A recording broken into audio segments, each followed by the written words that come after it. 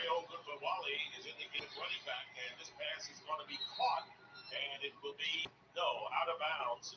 Harriman was out of bounds, and so fourth down coming up now for the Buccaneers.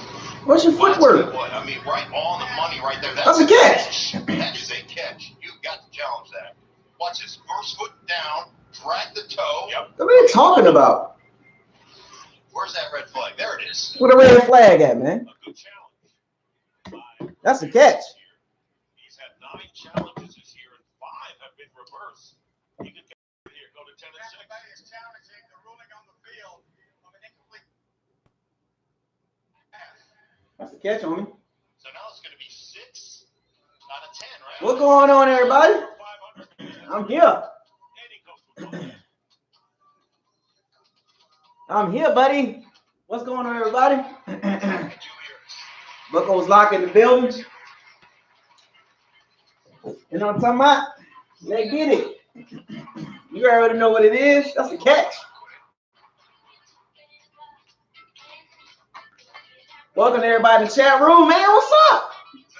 The shooter, shouts out to Bridgelow.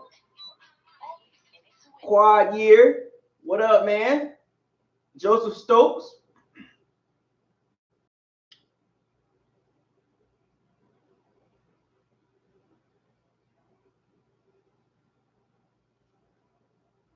What's up, A-Rod? Man, I've been chilling, man. That's what I do. I be chilling, man.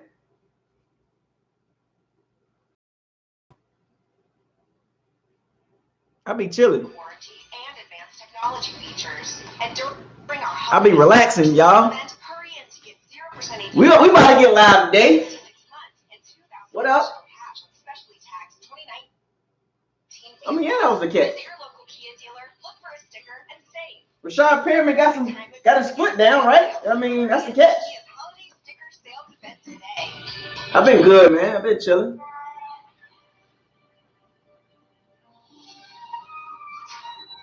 Welcome to BucosLocker. Subscribe to the channel. Like all the videos. You already know what it is. We are here. You already know what time it is.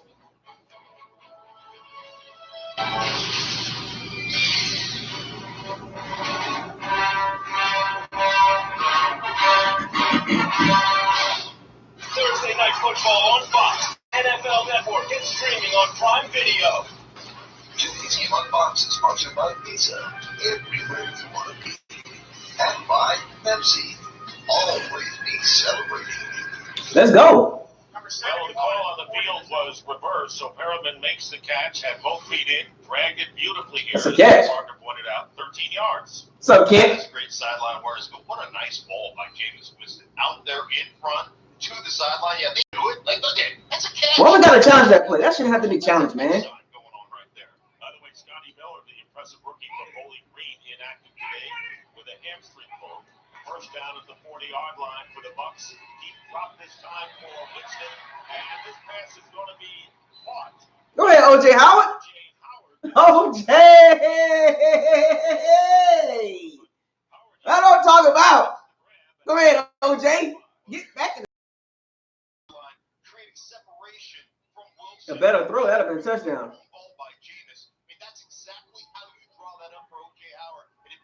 Go ahead, now. Let's go. Let's go.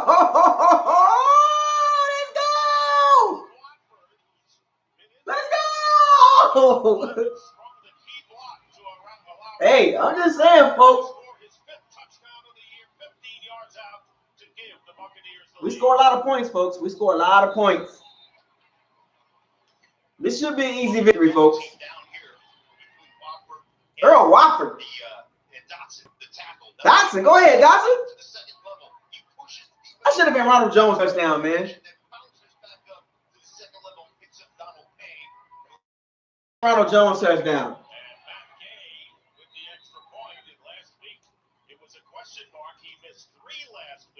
O.J. Howard with a good block.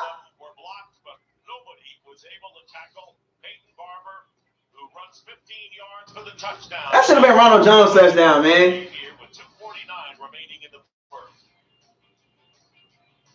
Now, don't get me wrong, folks. We still need offensive linemen, okay? We still need offensive linemen.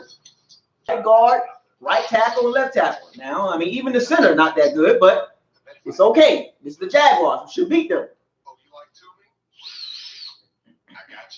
OJ Howard, man. Oh, that's what I'm talking about. Get his confidence back up, man. It's not hard, folks.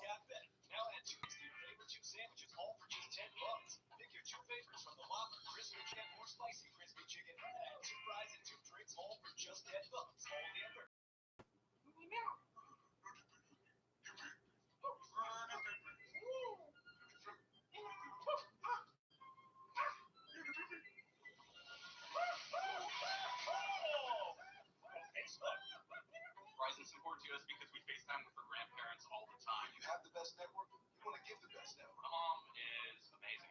Make sure you subscribe to the channel. Hey, folks, I'm almost at 1,000 subscribers, right? I'm almost at 1,000 subs. I'm still waiting on my old channel to get reinstated, or it's still for some strange reason. They still investigating on who took my channel. But this current channel is almost at 1,000 subscribers. Now, I want to get to 1,000 subscribers today. As you join this chat room, make sure you subscribe to the channel. Let's hit that 1,000 sub mark, okay?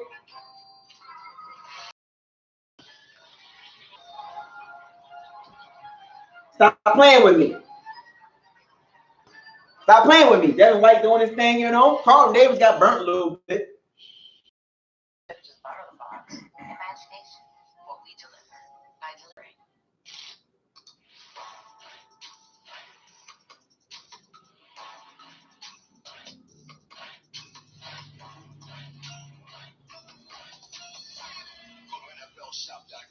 Let's go. So Barber scores the touchdown after a good challenge to give the Buccaneers a 7-0 lead.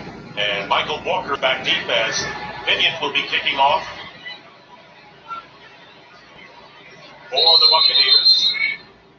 And the wind becoming more of a factor. It's, I think right now, well over 20 miles per hour. And we have a cloud cover right now. Sun is coming through, and there you get an idea about the strength of the wind. And it could become. Oh yeah, well, Winston's going to throw for 300 yards again. I mean, he's going to throw for another 300 yards easy. Line drive kick. Jacksonville will take it out of the 25. By the way, the B-gap player right here, and this is E-gap. That's what they're talking about. It's gap assignment football. So you've got to keep your assignment. Now stop right here. Look at this. You've got two players in the A-gap, and look at the hole that Peyton Barber has to run through. You cannot do it any better than that, and that's what's haunted the Jacksonville Jaguars for the last 3 games. Their inability to maintain gap integrity, and it caught them there for the big touchdown run. So here's Bowles out again after throwing the pick. Jaguars haven't been home since October 27th. That's over a month. They had a bye week, played in London, a couple of road games. So it's been a while since they've been here. First down at the 25. And the quick pass, and it's knocked down. Terrific play made. DJ Chark was the intended receiver, and it was Carlton Davis on the play as we check in with Kurt Menefee in a game break. Kurt. All right, after San Francisco scored in this opening possession, Jimmy Garoppolo pulled on possession number 2. The Ravens take advantage from the 23-yard line and season score from there. Mark Andrews from Lamar Jackson, and the game's all tied at 7 early on. Nick, Mark and 10. All right, this is going to be a battle, no question about it. Against two teams that play in the Super Bowl. Second down and 10. Short drop and it's No, what again? What in the world?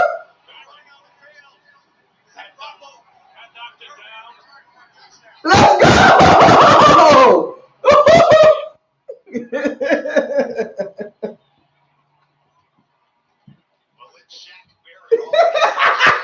Damn! Damn! We gotta resign Shaq Barrett, man.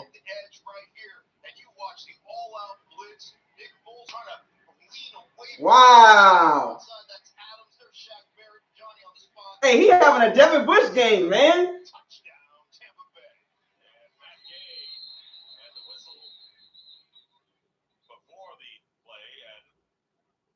offsides appears to be the call against the Jaguars.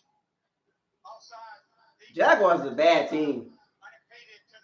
We supposed to, man, that Giants win really hurt, man. I mean, that Giants loss really hurt. That Giants loss really hurts, man. That Giants loss really hurts. Jameis Winston ain't got to throw the ball that much this game. Good. So how about Devin White? He ain't even got to throw the ball. With an interception. Damn. Why the Bucs come the Giants game, the Titans game, the Seahawks? Damn it, man. That Giants game really come back to hurt us. We supposed to be 5-6 right now. Getting this win being 6-6. That Giants game really hurt. Last week, so these two linebackers starting out strong today. It's a 2-point conversion for Tampa Bay after the penalty. And the handoff is to Farmer, and he is in for 2-pointer. So things couldn't start off any worse for the Jacksonville. You know, Devin White, I've been on you really hard, man. But the last few weeks, you impressed me. He's heard me. So that lets me know he's been watching BucosLocker. He's been watching BucosLocker, okay?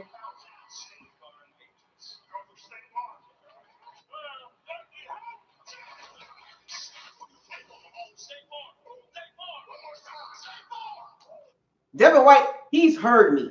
Devin White heard me. He been watching my BucosLocker video. He know I've been hard on him. He knows. Because he's playing much better the last few weeks. He's been watching his videos, folks. He's been watching BucosLocker. You can't tell me he hasn't. No way. He's been watching his video, man. He's been watching videos. You can't tell me he ain't watching my videos, folks, because he's playing different now. He know I've been on his butt about playing sloppy. Yeah, I was calling him a bust. I told you, folks. And I'm going to stand on what I say with Devin White. If Devin White doesn't turn out to be a Luke Kuechly, a Bobby Wagner, a Ryan Shazier, a CJ Mosley type linebacker, if he turns out to be okay, then okay. But at number 5, the expectations is very high. Being picked at number 5, the expectations is here. You can't be average. And at the beginning of the season, Devin White was playing here. And then he went here. And then he went here. Then he went here. At the number 5 pick, you're supposed to be instant impact. Instant impact. That's why Devin Bush took off like that. And I'm going to stand on what I say. Is he a bust right now? No. Is he playing a whole lot better after the knee brace came off? Yes. But I told y'all he has to be a Bobby Wagner, a Luke Kuechly, a CJ Mosley, a Fred Warner, a Ryan Shazier. He has to be that guy. He has to be that dude. That dude. He can't be average. He can't be okay. He got to be the way he playing right now. He got to play every game. That's my expectations, Devin White. At number 5, you have to play at this level. You can't be playing, oh, he's okay, and nope.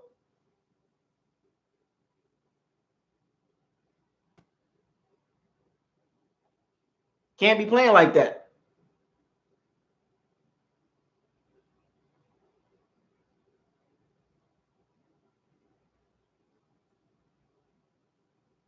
Second down is 7, and the pass to Needy Westbrook, picking his way, but is knocked back to Dean.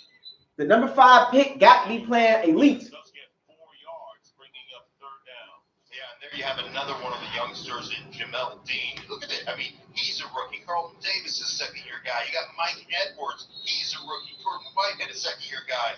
Murphy Bunning, he's a rookie. And, I mean, I'm telling you, last week they came together. And then, you know, you always say, wow, we came together. We figured it out.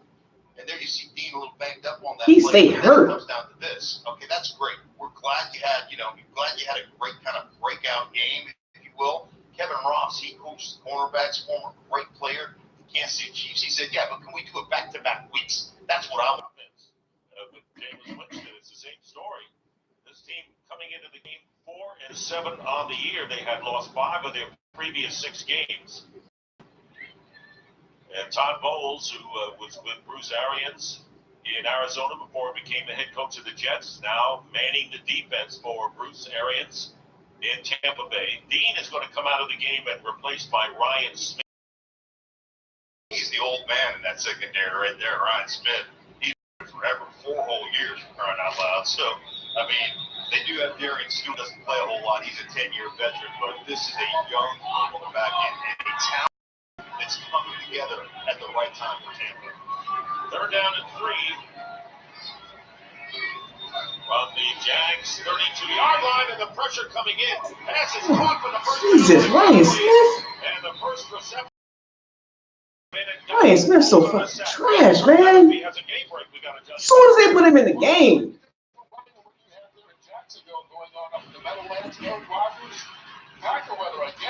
Game, dog, he gets toasted. Ryan Smith is not good at all, man. He gets in the game slipping. Just make the tackle. It's 4th down. They got to cut that dude, man. Or find more depth. He's horrible.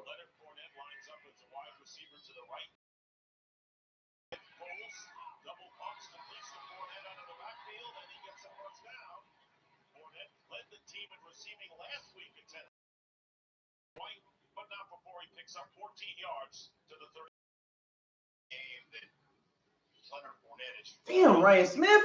not only catch the ball on a consistent basis, but also in the blitz pickup area. He wants to be that complete back, and when he's in the open field, let me tell you, Ryan Smith just getting the game and already causing a completion, man. God, leave, bruh. He can't. They got to get more depth. They need more depth at cornerback because Ryan Smith is not cutting it, man.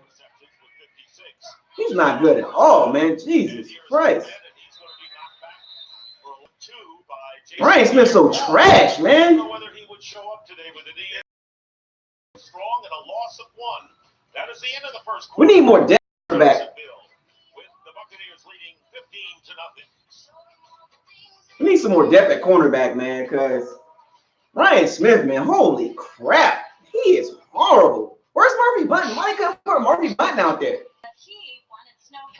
He must have been at nickel. But God, Ryan Smith is trash, man. That's the one thing we could both agree on was getting Geico to help. Every time Ryan Smith get in the game, he get burnt. what you didn't say was really easy. I love you. Sweetie, hands off the glass. Every time he get in the game, he get burnt. Condo insurance can be. There's so much more I can teach you, Roger. It never fails, man. Every time he get in the game, he get burnt.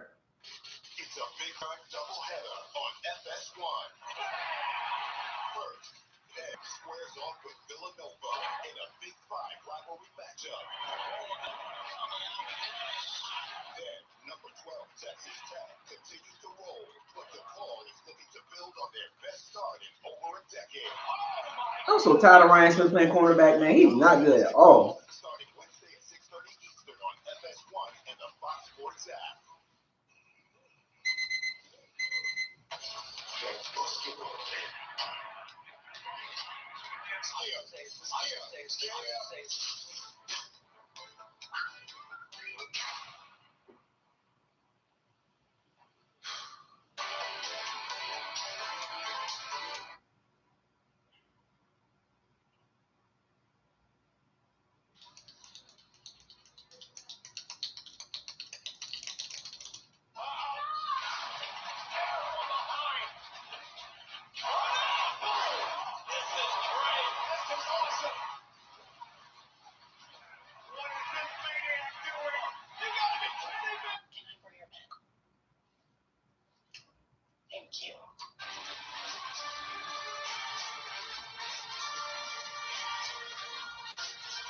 Here's your chance to win $25,000 each Thursday night when you play the Fox Sports TNF Super 6 game. Answer 6 questions correctly and play for free, and you can win $25,000.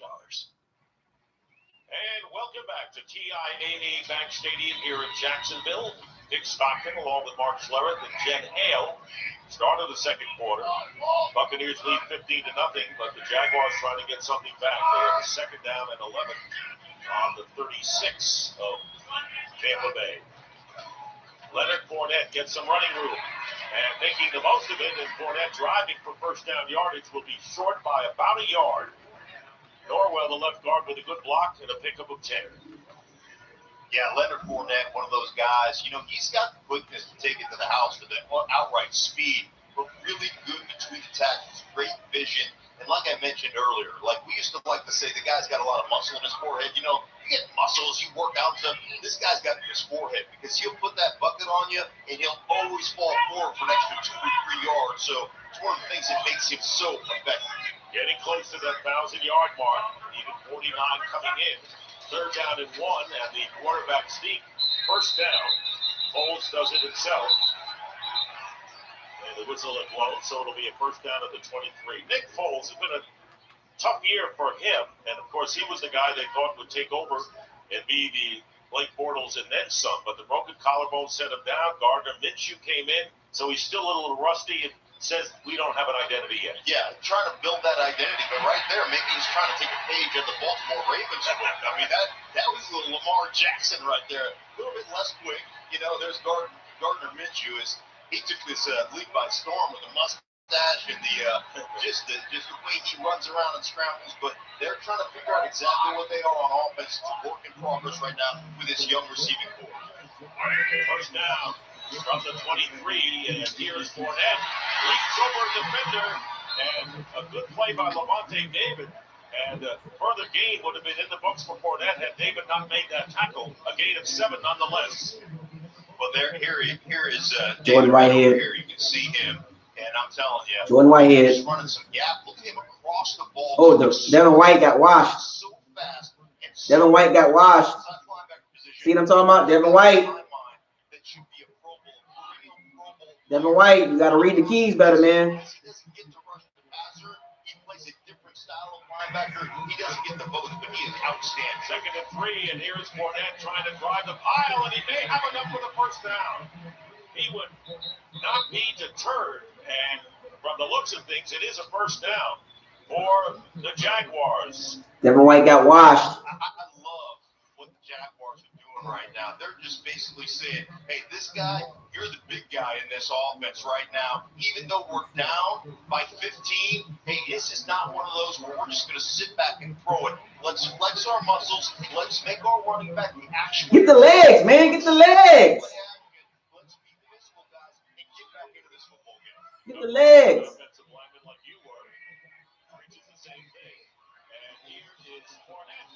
And Fournette escaped the loss and picked up a couple. Jordan Whitehead again. Missed a chance at He missing tackles. picks up a couple, bringing up second down. That's not fair. You shouldn't be 230 and be able to do this right here. 230, put your foot in the ground, jump over the top of a defender who is flying in there trying to make a play. That kind of movement, that jump cut, getting over the top of that safety. At 230, you shouldn't be able to do that. And here he is making something positive out of something that should have been a 4-yard loss. Second down to 9 from the 11th-yard line. They spread it out here for Foles. Foles getting rushed from behind, and down he goes. Fumble. The ball is loose. Ball is loose. You saw the flag go down as to where the ball with the sack would be, and it was Carl Nassib who forced the fumble. Fumble recovered by the defense. And the Buccaneers of the first half by Jacksonville, and has fumbled twice and has thrown an interception. Nassib had knocked the ball away. Three turnovers, man. Was there to pick it up. Tampa Bay gets it back. We're going to blow the Jaguars out, man. Blow these dudes out, man. Oh, I thought Nick Foles was better than Jameis Winston. Nope.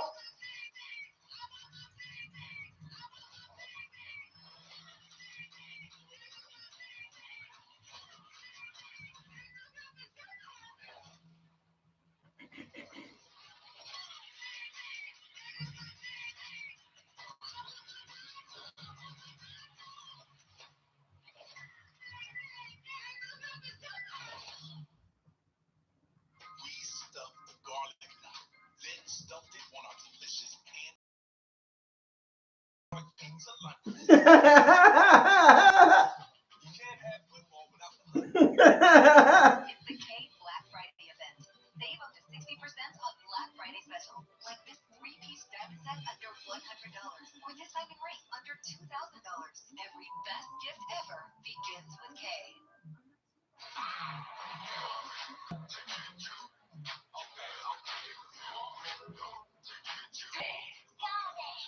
Passing the torch. Where would you like to be? Jesus, everywhere you want to be. It's Cyber Monday at Target. We've got hundreds of doorbusters on Target.com. Save on TVs, toys, and so much more. Doorbusters starts Sunday. Don't miss out on Cyber Monday savings. Only at Target. If you like to put work in here or here, now you get cheap employee pricing as if you work here. So you pay what we pay on select models like Jeep Grand Cherokee, the most rewarded SUV ever, or other deals on Jeep Gladiator, the most off-road capable midsize pickup ever, and Jeep Wrangler, the most technologically advanced Wrangler ever. It's Employee Pricing Plus at the Jeep Black Friday sales event. With Employee Pricing Plus, purchasing at $4,682 below MSRP plus $1,000 stock. 8, 7. She's on top.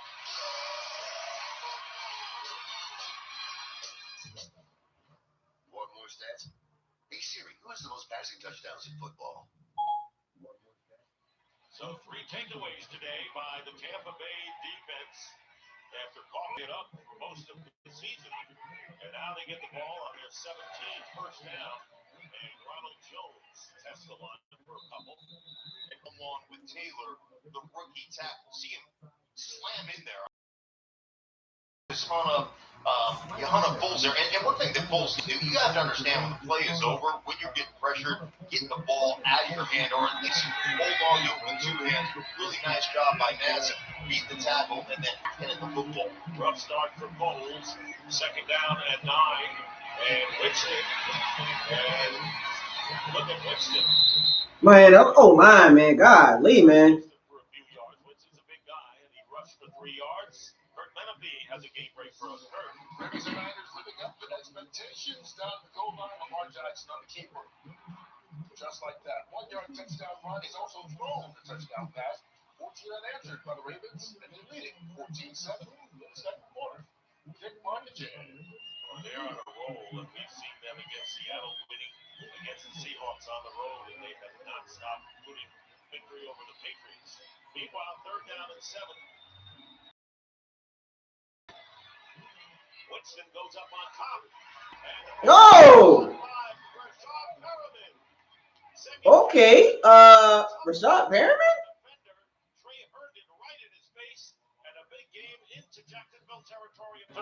Where's this coming from? You get a single high safety, you know you've got the one-on-one inside the numbers. Look at the release right now, and look at gain ground back toward the numbers, leave some sideline space for Jameis Winston to drop this ball in here. The concentration. Where is this coming from? Wonderful by Perriman right there, and that's a great throw. These are the things that make you just marvel at Jameis Winston.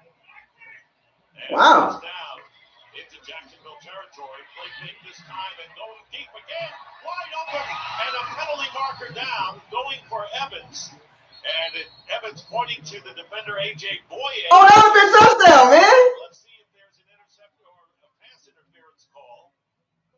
Pass interference, buddy. Down. Was he pushed down by Mike Evans? Well, Mike Evans on the double move. Pass interference, number 21. Defense. That'd have been touchdown. What wide open was Evans downfield, but he was interfered with by Boye.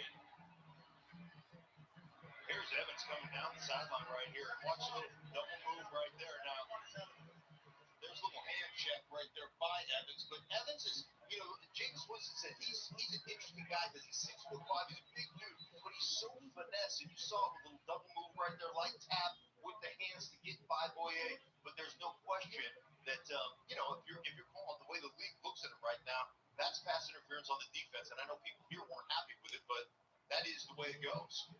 That is a 20-yard penalty.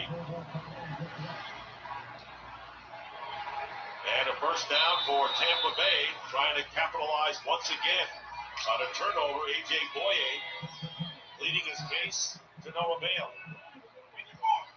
15-0, the Buccaneers have scored 2 touchdowns off of Jaguars turnovers. They're on the 29 here. Play fake. And Winston's pass. And it is going to be intercepted. Picked off by What? Let's see if it was deflected or intercepted. In any event, What happened? Jacksonville has it. And Donald Payne, starting his first NFL game at middle linebacker today, bounced off the chest of Mike Evans into the hands of Donald Payne. And the Jaguars get it back. Let's see. They'll, of course, review, as they do all turnovers. Bounce off the chest. Oh, no. Looks like it might have hit the ground. We're going to be back. Nah. Nope. Can we just order a pizza? Incomplete. Come on, Mike Evans. God damn. So we should start shopping right now. Are you guys playing the same game? How is this not bugging you? How did you find such a cool place to stay? Mike Evans, come on, man. We fed beef lovers a Whopper with no beef. This is the problem, man. This is the problem with Mike Evans. So inconsistent. Beef lovers love plants too. I can't tell the difference. No beef. You gotta catch that, man. Try the Impossible Whopper with a patty made from plants. 100% Whopper, 0% beef. Only at Burger King.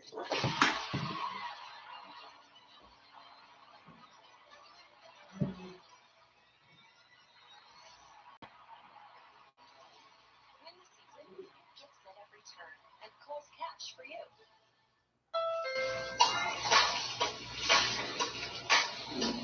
Yes. Mike Evans gotta catch that, man.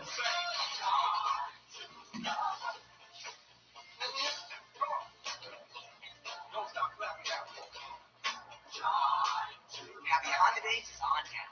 Unwrap the joy of a new pilot from the 2019 Katie.com Best Overall Brand. That's all right. The holidays are here, and so is T-Mobile's newest, most powerful signal. And we want to keep you connected to those you love with the new iPhone 11. So T-Mobile is giving you an iPhone 11 on us for each new line of unlimited. For yourself or up to a family of 4. Keep your family connected and hurry into T-Mobile today to get up to 4 iPhone 11s on us. Only at T-Mobile. 911, what's your emergency? Is Santa Claus gonna die? No, the 911 phone finale tomorrow, part of Fox's Not So Silent Nights. Today's game is sponsored by the only Impossible Whopper made from Mike Evans gotta catch that, man. Only at BK. The interception was reversed to an incompleted pass. Mike Pereira, your thoughts? And it should have been, what you had is you did not have control prior to the ball hitting the ground. So therefore, it is an incomplete. Get him in his hands, man. Bouncing ball, but in the end, it's incomplete. Thank you, Mike. So the ball on the 28, second down and 10 after the incompletion. And with the spread offense, empty backfield, Jameis Winston completes the pass short to Godwin, and Godwin doing the rest with a 10-5 and down to about the 1-yard line. So the screen pass, 27 yards, and the Buccaneers on the verge of scoring another touchdown. I tell you what, Chris Godwin right up here at the top now. He's going to come down here on the screen. None of the offensive linemen can get out. And the run, and unable to get in, stop was Ogunbowale. So what's up with Ronald Jones, man? Do they not like Ronald Jones? The offensive linemen can't get out. They get hung up there. Chris Godwin has said, like, every time I touch the ball, I think I can score. And this is a guy who runs it like Anquan Bolton. God damn. He's got those almost that running back type of style or skill set to him. He is tough as nails. And still not 100% after going out after that first series, and he's not like a lot of the prima donnas you see in the game as wide receiver. Vita Vea lines up in a fullback position. Caught a touchdown pass last week. Watch this time, and going over for the touchdown is Peyton Barber, his second TD of the game. So what's up with Rojo, man? Is Rojo hurt or something? Are they not trying to give him the ball or something? Like, you know what? Get a running back. Grab a running back, man.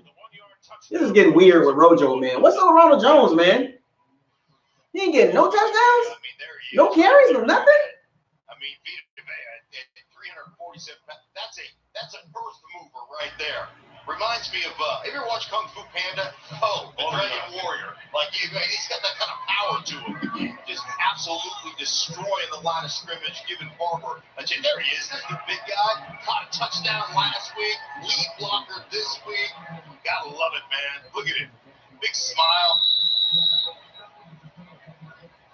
He's having a time for himself and making an impact. Here is Matt Gay with just under 8 minutes to go in the first half. And how many interceptions Mike Evans responsible for, man? Like, how many times the ball will hit Mike Evans' hands, he drops it?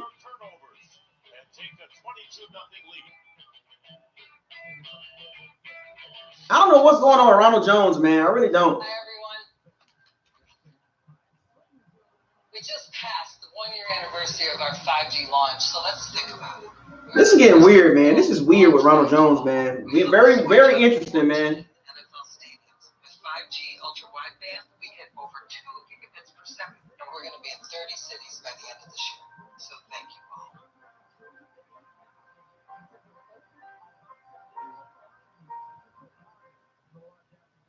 I don't think they sold on Ronald Jones, man.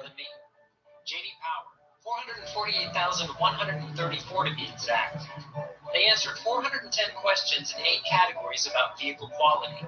And when they were done, Chevy earned more JD Power quality awards across cars, trucks, and SUVs than any other brand over the last 4 years. So on behalf of Chevrolet, I want to say thank you, real people. We're going to need a bigger round.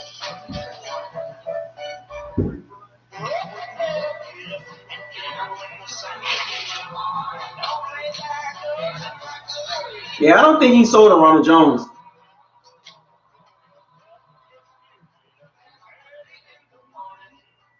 At Domino's, a delivery gone wrong doesn't just hurt your pizza night. It hurts everybody. We're going to be expediting this order. It could be a missing dipping sauce. It could be a wrong topping. It arrives cold. With Domino's new delivery insurance, if your delivery isn't what you expected, make a claim. We'll make it right. I noticed you had an issue with your last delivery. To make up for it, I brought you a medium pizza. You're welcome. Get 2 medium 2-topping pizzas delivered for $5.99 each. And put our delivery insurance to the test. Sheriff Bradford suffered a heart attack. You're the new sheriff of Los Angeles County. You got to be kidding. What's in the box? Exactly. What's in the box? Enjoy those stars when you get them.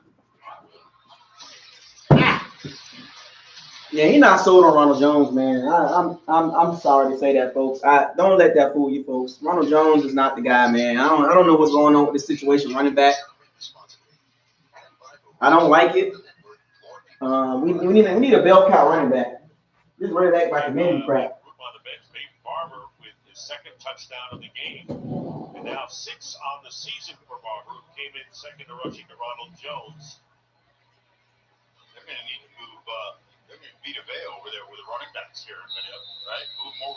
We always have sections on the bench where you sit. D-line sits here, O-line sits here, running backs over here. You got to move Vita Vea from the D-line over to the running backs. I don't know what's going on with the running back situation, man. I mean, I don't mind getting touchdowns, but we need an actual main back. Take it out of the 25. They've had 3 possessions, 1 interception, and 2 sack fumbles. Well, there you go right here. There's Devin White. Then that turned into this touchdown by Barber on the gap assignment blow. And then here is Shaq Barrett getting after him. And there's Devin White again, Johnny on the spot, picking it up and scoring. And then here it is, Nassib hacking the ball out, turns into Barber going over the middle behind Vita Vea. But you're so right with Barrett and White joining together with David. First down, and here's Fournette. Fournette's going to be knocked back and losing to William Golston. They gotta stop tackling so high. Get the legs, man. Niners trailing 14-7 in Baltimore. Jimmy Garoppolo hands this one off to Raheem Mostert, who does the rest. His 3rd of the season. We are all tied up at 14 in Baltimore. Well, they're playing the game as Kurt mentioned earlier, living up to expectations, and don't be surprised if you see them in Miami on Fox in February. Those are two solid football teams. Talk about teams that can He's some more explosive running backs. both sides, dominate that phase of the game. It's why they're sitting where they are. Second down and 11. Bowles goes outside to Fournette, but feeding him. Why they always tackling so high? What an inspired Tampa Bay defense we had seen in the last 2 weeks against the Falcons and today against the Jags. That'll be a loss of 1. Why tackle so high?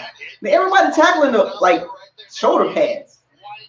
Look at him, man-to-man on Fournette. Stay on the top shoulder, drive through the running back, and take it to the ground. Take a listen to this. That's crackling. Yeah, pads are popping right now. Third down and 12. Y'all still want Nick Foles?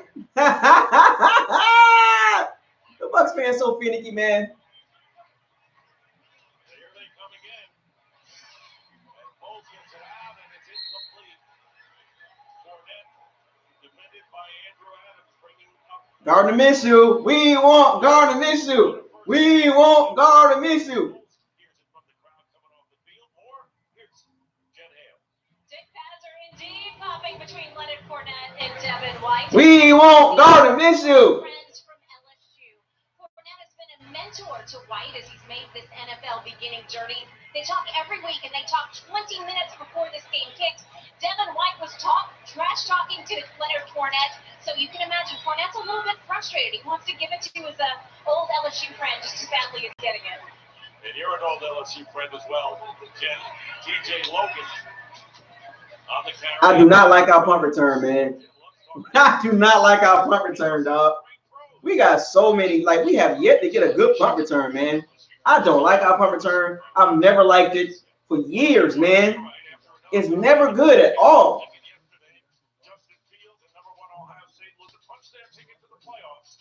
What is up with our punt return team, man? In the Big Ten championship game, coverage begins Saturday at 7 Eastern on Fox and the Fox Sports app.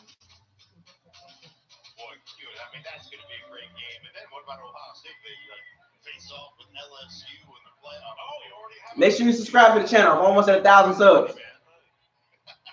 Do that. First down on the 32 for Winston, handing off to Peyton Barber. And a good Yeah, Ronald Jones hurt, man. I don't know what's going on with it, but Ronald Jones, man. brings him down. Meanwhile, What's up with Bruce Arians and this running back thing, man? Like, he always talk Ronald Jones is our starting running back, but Peyton Barber getting all the carries. I don't understand that, man. That kind of balance, be able to sink your hips like that and change directions. Really nice effort by Peyton Barber. You would have been on. It's getting weird, man. Yes, I would have. second down and 3. Meanwhile, this is the largest lead of the season for the Bucs. They were 21-0 ahead of the Rams. Yeah. Ronald Jones, he must be hurt, man. Barber on the carry, and a loss bringing up third down. But they had a 21-0 lead at the Bucs earlier in the year against the Rams on the road in a game they won 55-40. And yeah, Ronald Jones must be hurt. I don't know what's going on, man. 12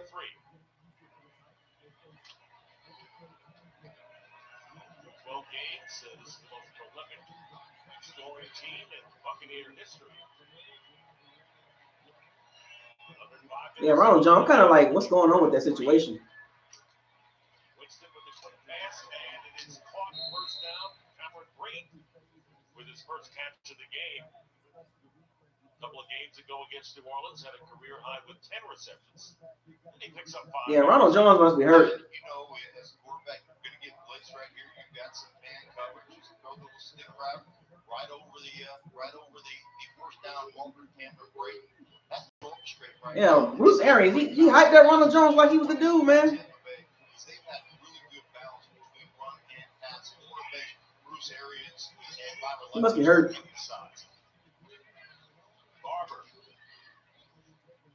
Barber gets to within a yard and a half of midfield. Donald Payne. Yeah, this is weird. Making the tackle. Payne, as we mentioned, mostly on special teams. until last week, and he played some in linebacker, and now he finds himself making his first start. Miles Jack out with a knee injury. Second down and 7 for the Bucs.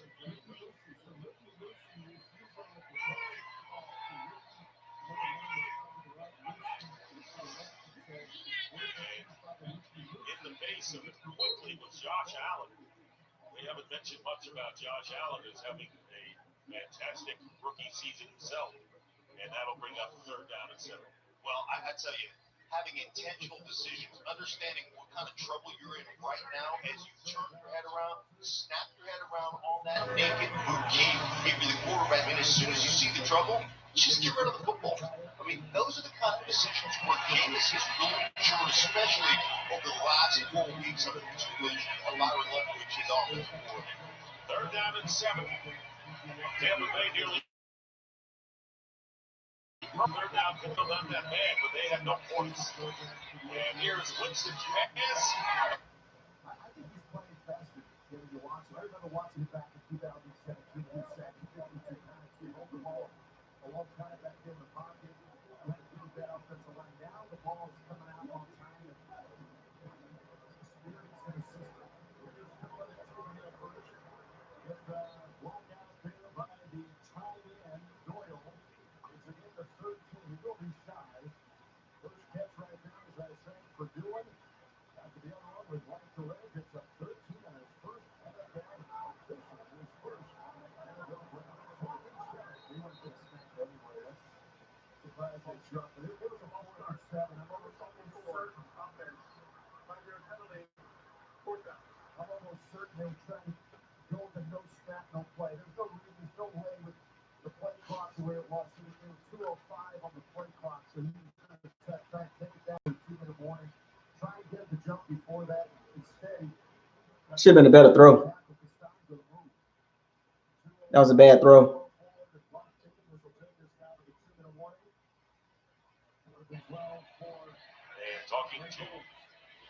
That was a bad throw. And we're going to take a break right now. Come back and get the result of this challenge.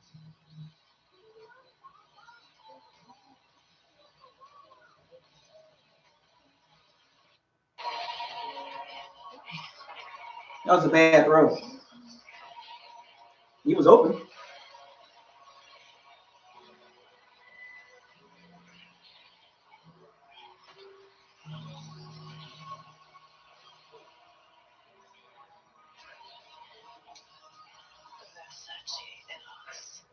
Versace Eros gift set for men.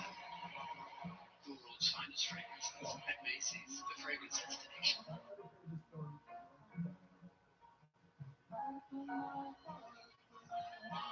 You know we're playing mouse tonight? Yes, Christmas morning. Let's go. Riders around the world. Let's create some magic. We rise in 3, 2, 1. Our kind of joy feels different. This holiday, give the gift of Peloton. 4, 5, 9. Nah. Did I miss something? Yeah, cash back for Rackets apparently. Just got 9% back on new clothes, 5% back on toys for my kids, and 3% back on golf stuff. What about the total? I buried that. You have to ask. Current for 3. Again. Get cash back and sports equipment and thousands of other purchases. Cash back. Rack it up with Rakuten. Bruce Arians said, Ronald Jones is our star running back. Peyton Barber, Ronald Jones gets 12 carries, Peyton Barber gets 11. This 2 touchdowns, 2 on the like, what's going on, man? Like, just trying to figure this out.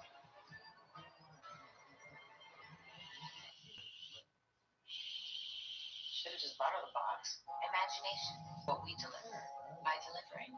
The Big Ten Championship comes again Saturday, 7 on Fox. Week 13 continues later today on Fox and CBS. Then tonight on NBC. Tune in tomorrow for Monday Night Football on ESPN. Stream games on mobile with the Yahoo Sports and NFL apps. There's A.J. Boyd, and the report there saying that he had a cramp that they were working on. So Boyd trying to jog it off, and here's the word on the challenge. After reviewing the play, the receiver never had 2 feet inbounds with control of the ball. The pass is incomplete. It'll be 4th down. Please put 3:30 on the game clock, and Jacksonville is not charged with a timeout. So Mike Evans did not make that sky catch.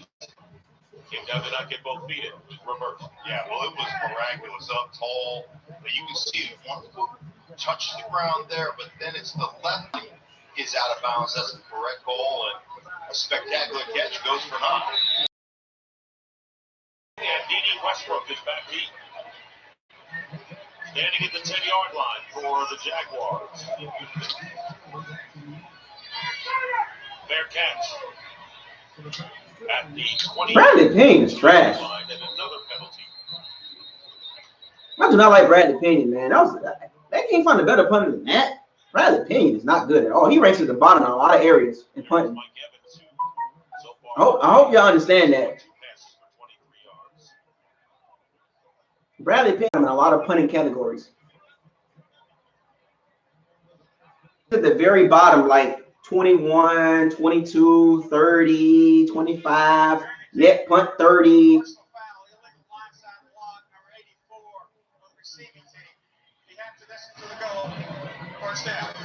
Keelan Cole of the Jaguars. Well, it's been a struggle in the Sunshine State as the Bucs and the Jaguars and the Dolphins, as well as some major college teams in the state, have encountered some rough patches.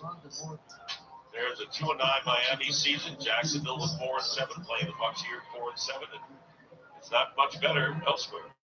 No, it's not, but it's pretty good right now. If you're a Tampa Bay Buccaneer fan, you got to feel pretty good.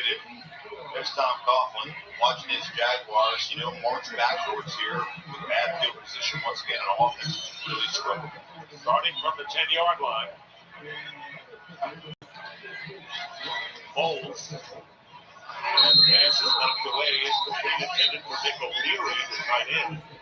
And it was Levante David defending. Second down. Levante David closing on the ball. He's one of the fastest linebackers in football. When you put these two guys, he and White, side by side, this is a pass moving second down and long. And this defense is thinking, hey, man, let's get off this field. Let's give our offense one more chance. Put more points on the board. They're prideful right now. They're playing like sharks in the water. Second down and 10. Inside his 5 and getting pressure. And it was Jason Pierre-Paul who has 2.5 sacks since he's come back after missing 6 games with that neck injury in the car. And intentional grounding. Intentional grounding. Number 7, offense. Ball will be placed at the spot of the foul. Lost it down, 3rd down. So they lose it down as well, and that'll be down. The Jaguars gave Nick Foles a lot of money. There is Jason Pierre-Paul right there, and watch the quick move inside. And here's a guy that breaks his neck, goes on IR. He's mad. Bruce Arians for putting him on IR. Bruce is like, listen, this guy rolled out of the ambulance, and he's ready to play right now. Talk to him. They gave Nick Foles a lot of money, man. Great rotations. It's massive feedback as well. On the edge, they really are getting after this quarterback right now. He had a sack and a forced fumble last week against Atlanta. He caught by O'Leary and knocked out of bounds shy of the 10-yard line by Levante David. So now it is 4th down, and the crowd really. The crowd do not like the Jacksonville Jaguars right now. They really don't like the Jaguars. The turnover was unable to move the ball. Dick, it is a contagious. I mean, and here you see David doing it. You see White doing it. All of a sudden, Carlton Davis is like, well, don't leave me out. There's no businesses in there. I'm gonna roll up here on a tight end and smack him right in the lips and knock him out of bounds and give our offense an opportunity to get a short field here.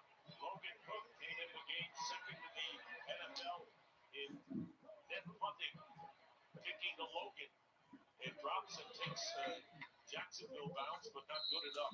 I never understood about the Bucs punt return team.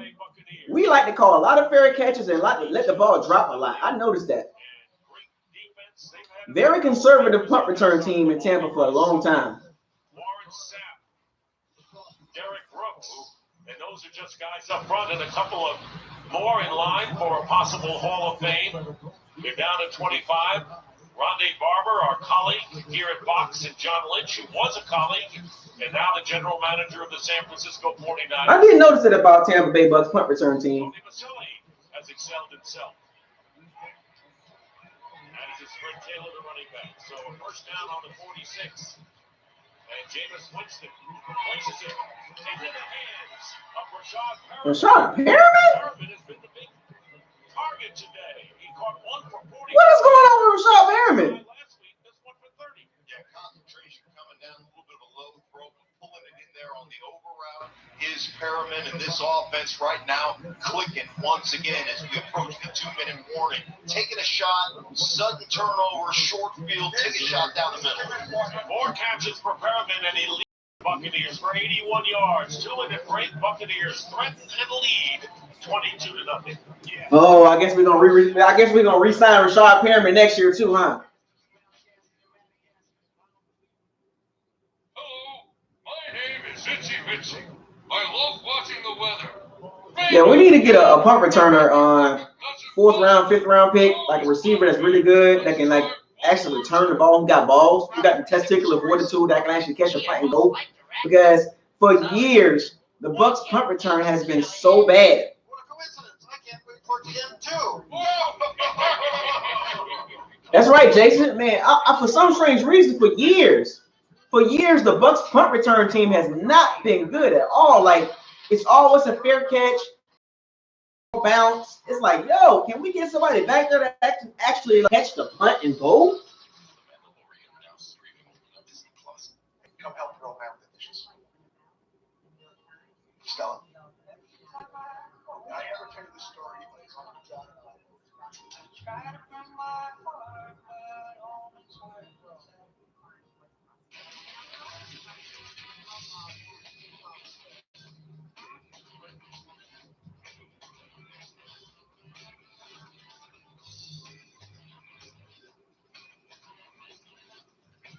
Capital One knows life doesn't update you about your credit card. So meet Eno, the Capital One assistant that catches things that might look wrong and helps you fix them. Another way Capital One is watching out for your money. What's in your wallet? The $1 stylist deal. Nice to meet you. Perfect. What? Or you could get a real deal. McDonald's buy one get one for $1 deal is here. Buy one of your faves and choose another for just an extra buck. I wish more people knew there's a chemical imbalance in the brain. How it's not just someone being weak, not being tough or being a man. We need more sympathy and empathy for these people. These clinics do more than support mental field. They provide resources and aid for those affected by suicide. I'm Solomon Thomas, and I'm playing for the American Foundation for Suicide Prevention. Well, coming up at halftime, Kirk, Terry, Howie, Michael, and Tony with the scores and highlights, Browns and Steelers, and that game, and the Titans against the Colts in the AFC South battle. First down, 2 minutes to go in the first half. Bucks on the 24 of Jacksonville, and Peyton Barber, maybe a yard. Yeah, this Ronald Jones thing, man. I don't know what's going on, man. I don't know what's going on with this Ronald Jones thing. It's getting weird, man. It's weird.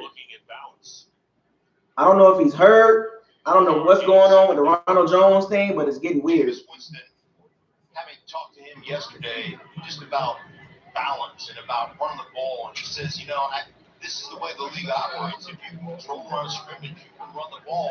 The teams that do that win football games, and they've had good balance, and they've stayed committed to running that football and taking the pressure off number 3. Sometimes you have to show the run, even if they not gain a lot of yards. And here is Godwin on the quick pass, and he'll get a first down to the 11-yard line. Speaking of running the ball, right? Every time that guy catches it, it becomes a run. That was like a run. Yeah, he becomes like a running back. I don't know what's going on with this Ronald Jones thing, man. I just want to see him get an actual full game of running the ball. Coming up on the heat up again. Just 2 weeks after they're now pinned from this fall. And the Titans and Colts battle it out in an important AFC South matchup. Get yourself warmed up for the piece of halftime. It's next. And as we get into December, the game's really meaningful. We'll have all of the analysis. Meanwhile, Jameis Winston has completed 13 of 19, 184 yards. First down at the 11. Here's Peyton Barber, knocked back, and we'll lose a couple of yards. Yeah, man.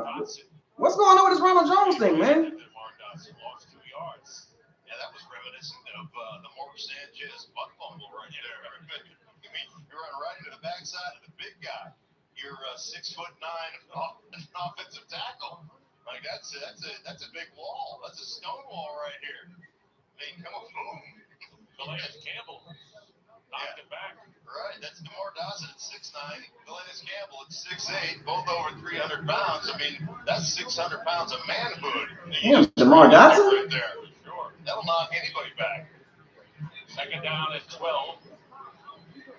Jacksonville has one timeout remaining. Down 22-0. And 1:10 on the clock. By the way, the Jaguars will receive the second half kickoff.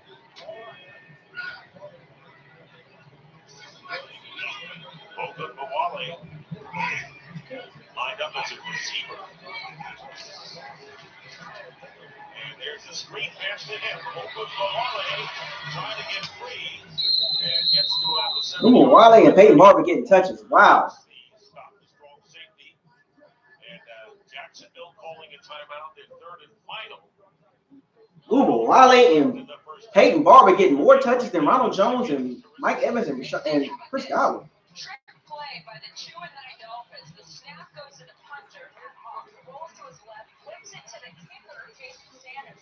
For special teams, the Dolphins up on the Eagles, 14-3. What an opportunity the Eagles have, and they'll want to see it squandered against the Miami Dolphins. Meanwhile, following the third and final timeout, the Buccaneers have a 3rd and 6, and they have been terrific today. 6 of 8 conversions on third down. They've had great balance, and Jameis Winston in the pocket extending plays has really been the difference for them in third down. 3rd and 6, the pass, incomplete. Evans might have been the closest candidate there. So 4th down, coming up at the field goal team enters for Tampa Bay. What happened? Well, through the shadows, right? Evans never even saw it. Look at he turns his head right there and just goes. Pay attention, Mike Evans! He wasn't ready for that. Gotta snap your head around. Yo, pay attention! God damn it, Evans! What's going on with him, man? So I don't know if he just lost the ball, but as soon as it hit over the top of his head, it startled him a little bit there, falling harmlessly incomplete. Stop throwing the ball to Mike Evans, man. It's always a problem with him, man. For some strange reason, man. Just pay attention, man. That's a touchdown. Just turn your head. Jaguars, nothing. Well, this week, Thursday Night Football has Dak, Zeke, and the Cowboys. Oh my gosh, Mike Evans, bro. What the going on? Man, did y'all know Jameis Winston has thrown 27 interceptions throwing the ball to Mike Evans? 27 interceptions throwing the ball to Mike Evans. 27 interceptions throwing the ball to Mike Evans. 27.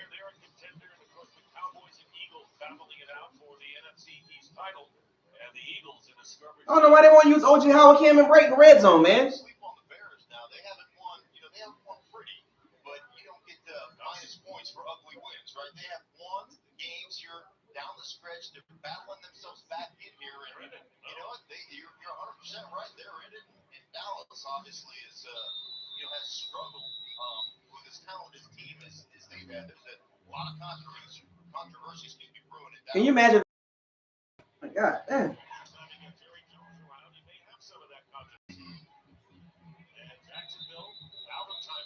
You know, on some stuff though, Mike Evans is inconsistent like Jameis Winston too. He just like Jameis Winston, man, inconsistent. 2 years ago, against the Bears. So that's 42 games. That's the longest active streak in the NFL. 42 games without holding somebody scoreless in the first half. That's crazy. Buccaneers trying to win back-to-back games for the first time this year. And the last time they did it was just about a year ago. Well, it's amazing when your quarterback doesn't turn it over. You don't put the ball on the ground. You make them go long fields. It's amazing how good your defense can actually play. And movement in the line and the false start call. I'm tired of the miscommunication with Mike Evans, man. 75 offense. 5-yard penalty, still first down. Rookie Taylor, false start. Now makes it first and 15. Well, he's given up 2 sacks. He's given up. I mean, good as Mike Evans is, man, sometimes he has lapses on simple plays, man. Just turn around, man. Just you gotta look for the ball.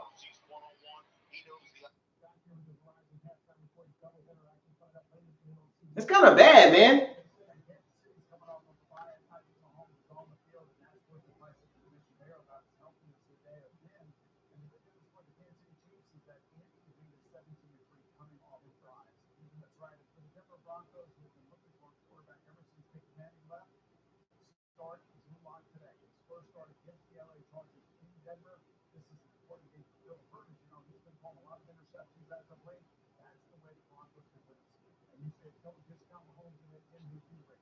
Falcons last week. So they have turned that part of their game around. Todd Bowles has that young secondary that you were talking about, playing strong. And the pass rush, it's all working for them now. And that's not all bad when you want to set a tone going into next year. I talk about this all the time. You got to play downhill as a defense. Be aggressive. Downhill and the offense. Set the tone. Set the tempo. Mike Evans can be so good and so bad at the same time. Second and 21, good pickup and a deep throw downfield, and it looks like it is caught by DJ Chark. No, incomplete. Looks like he hit and lost it. And the first time that the leading receiver for Jacksonville has been targeted today. DJ Chark trying to go deep with him. Yeah, and Murphy Bunting one-on-one out there on Chark. You see the throw. I mean, you just got to keep him in the middle of the football field. But look at Murphy Bunting right Murphy Bunting with the ball skills. I mean, that ball is in the hands, and you're fighting all the way through to pull that thing out. The very end, you can't maintain connection with the football through the. Murphy Bunting got some skills, man. Really good job by Murphy Bunting staying with that play and not giving up. No catches for Chark. That was the first time they threw to him. Third and 22, screen pass to Fournette. Leonard Fournette. And he'll be tackled at the 25. About 10 yards short of the first down by Levante David. And fourth down coming up. The second Chark timeout, Tampa Bay. So Buccaneers. Is Murphy Bunting better than Vernon Hargreaves right now? Seconds to work with and hoping to get some decent field position, perhaps a good return. See. Oh, good return by Logan. Oh, okay, that's reaching right there. See the offensive players, Leonard Fournette coming off the football field, the frustration with what's going on offensively right now, and trying to figure out exactly what's happening. Minshew over there talking to Nick Foles, and you know you're going to start hearing the chants from Minshew, right? I mean, as exciting as he is and how he scrambles around. What's the old saying? If you listen to the fans, eventually you'll be sitting with them. Isn't that the old saying? That's true. Fournette has gained 39 yards rushing on 9 carries. He's caught 3 passes. Foles only 7 of 14 for 94 yards. Logan back to the 21-yard line. And he won't mind going out of bounds at some point. Cut it back, Logan. Cut it back. Cut it back. Certainly has, and there you see Devin White reading the eyes of the quarterback. You should have ran straight to the sideline. Come on, man. Cut it back sometime, man. Pick it up, scoop and score. Pass it off the edge. Knocking the ball out, then Pierre Paul. Nick Foles on the ground. Nick Foles been under constant duress in this first half, and this Tampa Bay defense is really feeling it right now. Off the edge, Todd Bowles there. No points in the first half. Playing aggressive, playing handsy, jamming guys in the line of scrimmage, allowing that defense to get after the quarterback. 24 seconds to go and 1 timeout. The O-line blocking too. Oh, O.J. Howard. What the hell is going on today? And all of a sudden it's in Jacksonville territory. How about the corner route? James. O.J. Howard. Where was this guy at the beginning of the season? 20-some odd seconds left. No, we're not going to sit on it. We're not going to run the ball. We're going to let our quarterback push the ball down the football field. Great throw by James on the corner. Now with 4 catches for 51 yards, tied for the reception lead with Perlin. On his first down, James Winston is going to go deep. Oh. And the pass is incomplete. Mike Evans, man. For some strange reason, they can't get on the same page. Not fast enough. I mean, this is Bruce Arians 101. Not fast enough, man. Mike Evans is not fast enough. Who's done a great job of really understanding what Jameis likes, what he does well, really spent time in the offseason. You gotta put a little more air into that. They have really grown together, really understanding what he likes, what he's good at, and put him in those situations. And they've got that mentality, man. Let's go deep. Mike Evans not fast enough for them like that. 48 yards for Matt Gay, and this pass is going to be knocked away. Good play made there by DJ 8. Those to the tight end, man. Over the middle. For Godwin, so it's 3rd and 10. 9 seconds. Yeah, DJ Hayden in the spot right here, and watch him just drive underneath Godwin. Oh, Sean Pyramid at the curl. Takes that left hand up, but it's really good. He had that outside leverage. He was perfect position to drive underneath that route and knock the ball away from Godwin. Bucks need a reception, a quick timeout. They lined up with 4 wide receivers. 9 seconds, the whole field is open right now. They got to make it in 9 and then call the left-handed toss. Flag is down. DeJuan Smoot very nearly got Winston. How strong has he been in the pocket? I mean, today, seriously. Rolling on the field is an incomplete pass. Holding number 65. Offense. 10-yard penalty. Still 3rd down. Alex Kappa. So the holding call against Alex Kappa, the right guard. Jameis Winston is hobbling out there. He's hobbling. Here you have You hit too much, man. Holding call in Kappa, but look at Jameis Winston. I mean, tell me how strong he is in the pocket. Switching to the left hand. Alex Kappa, come on, fam. You don't get that man killed. This pull right here. Down the ground. Trying to get it out lefty. God damn. 3rd down at 20. We'll see how Winston is if he comes off the field after that last play. 6 seconds to go. Almost Hail Mary time.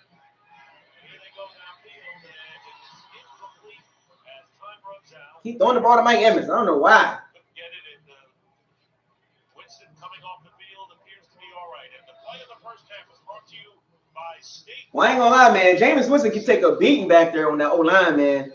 That O-line, we gotta upgrade the O-line, dog. And the Bucks get 3 touchdowns on 3 turnovers by the Jaguars. And First time we shut out a team in the first half, man. That's pretty cool, man. for the Visa halftime, which starts now, 22. So Mike Evans hurt.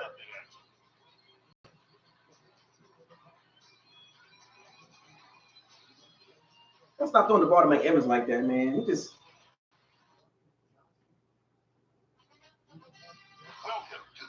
that O-line will get Jameis Winston killed, dog. That's one thing I will say about Jameis Winston. As much as we talk about him, that dude is tough, man. He takes a beating back there, man.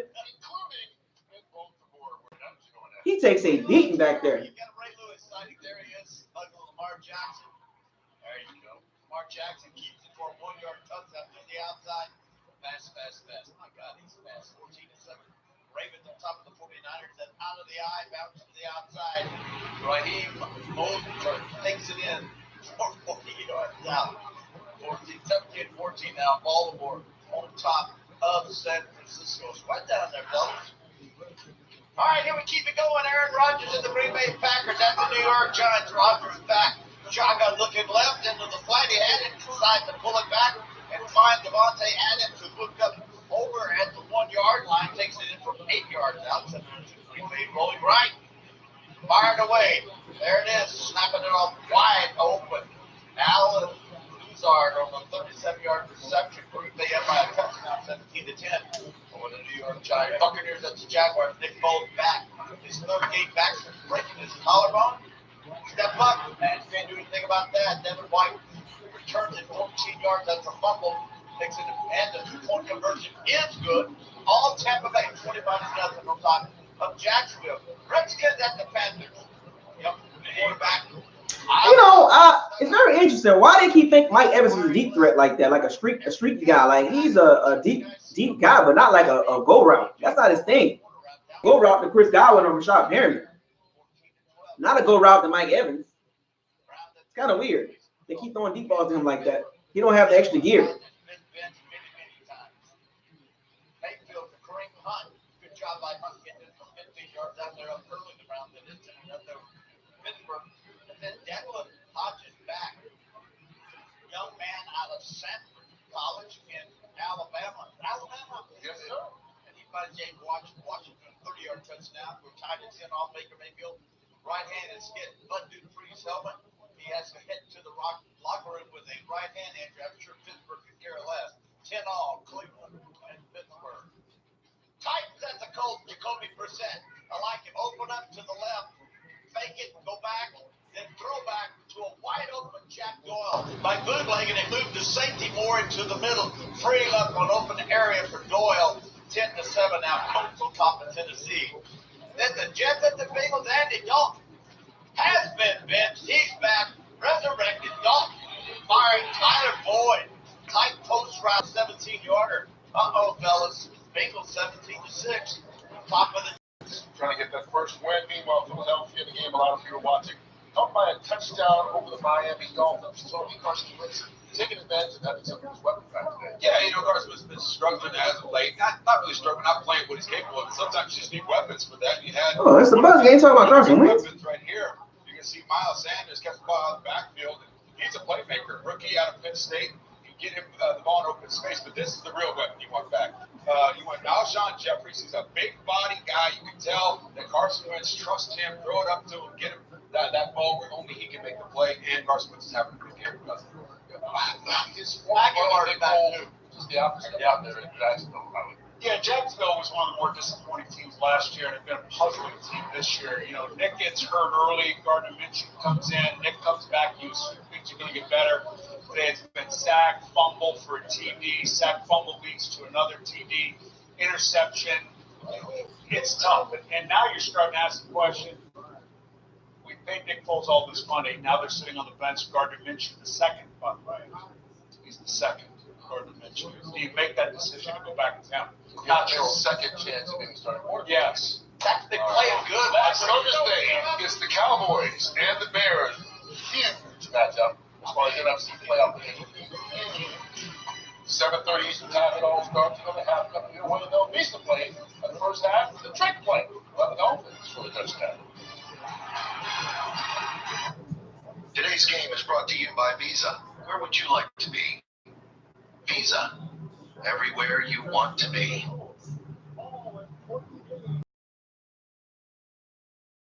The Junkyard Killer. Mike Evans got 9 targets, 2 catches.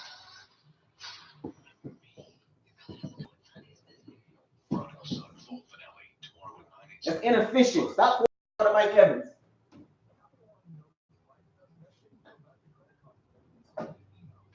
It's a big-time doubleheader on FS1.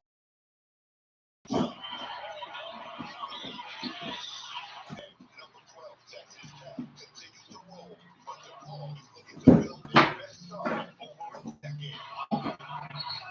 It's back-to-back college basketball, starting Wednesday at 6:30 Eastern on FS1 and the Fox Sports app.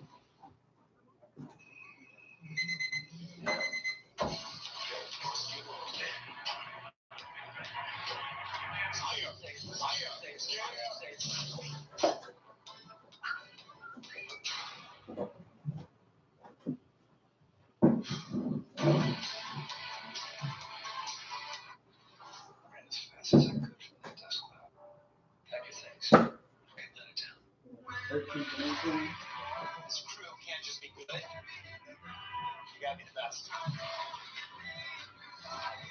Here's the new 126. Take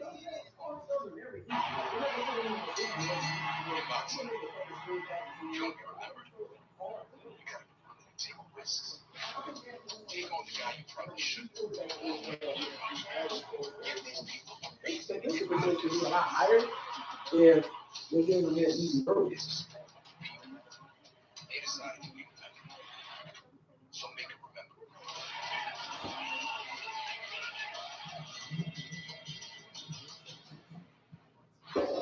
The college showdown on Fox. Jerry Black Show.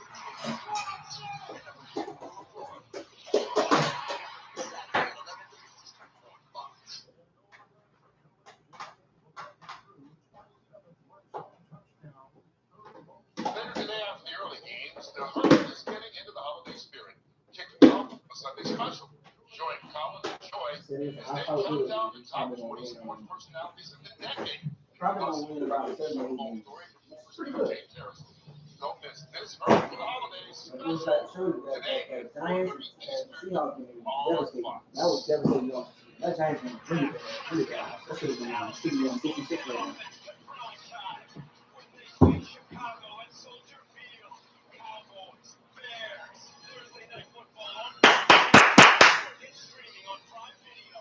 America is a special place.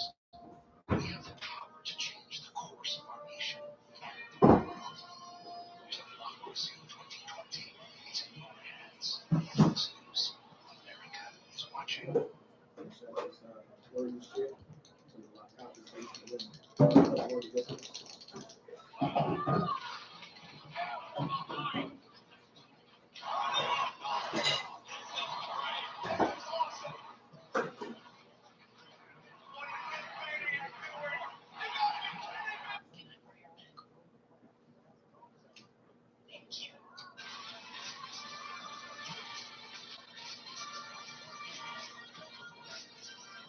America's favorite guessing game, the Master, all new Wednesday on Fox. 26 defenders are about to be introduced to the all-time team.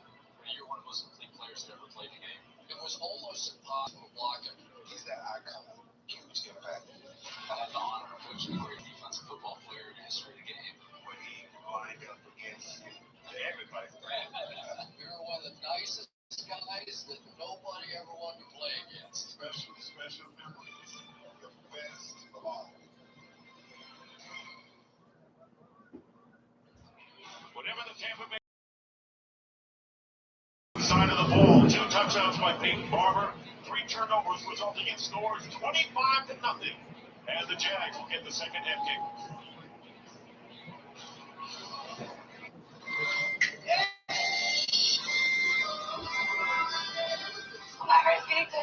Jenna Dewan hosts Dirty Dancing this December on Fox.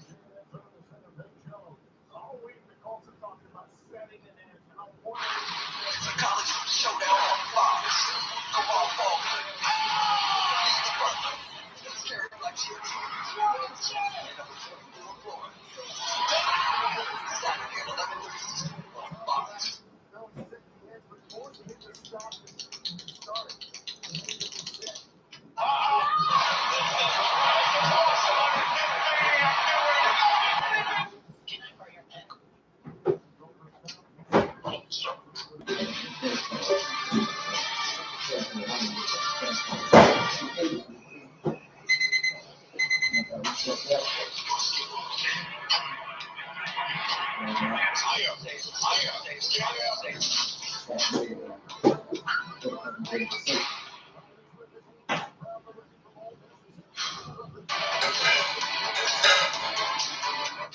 It's a big-time doubleheader on FS1.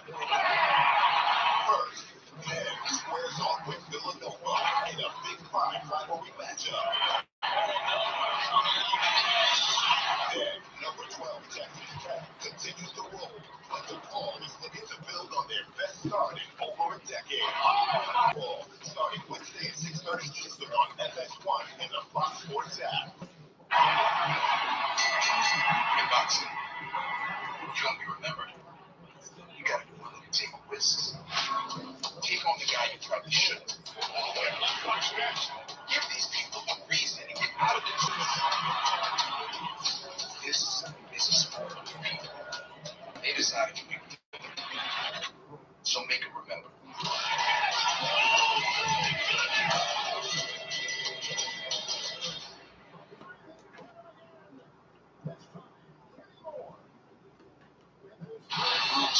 Section 2, Article 7. This prohibits the blindside block. Rule 6, Section 2, Article 1. This eliminates the wedge block. And this is Dr. Jeff Crandall, an expert whose research helps change rules. Through innovations and initiatives help to reduce injuries on spend less time off. More time from things like this. This broadcast is copyrighted by NFL Productions. Right producer of our audience. This broadcast, written pictures, descriptions, or accounts of the game without the consent of NFL Productions is prohibited.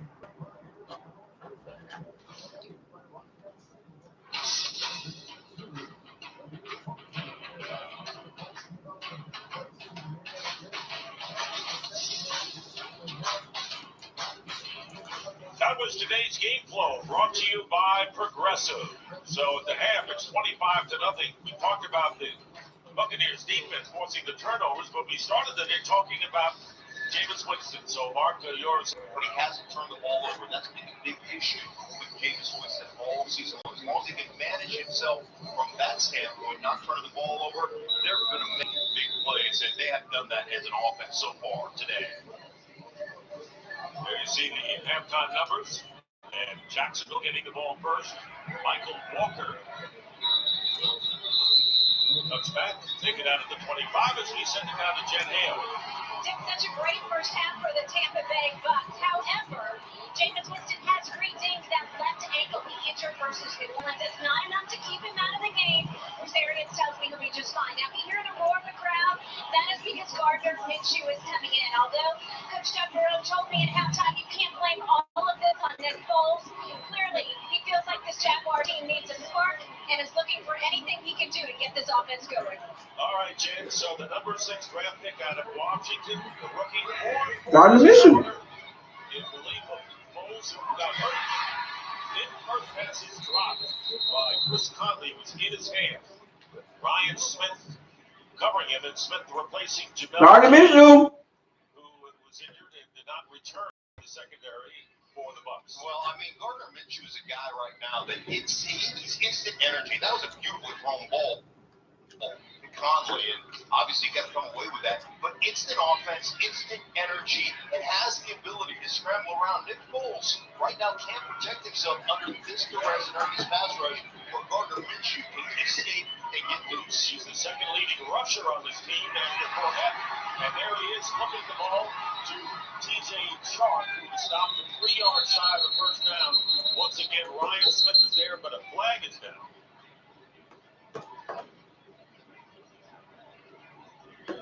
And it may be against Jacksonville. Number 68, offense, 10-yard penalty, still second down. And that's against the left guard, Andrew Norwell.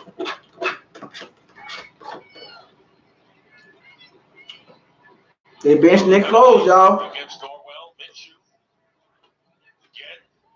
Well, you can. They gave him all the money to get benched. That's why you can't pay quarterbacks a lot of money, man. You got to be real careful about who you pay.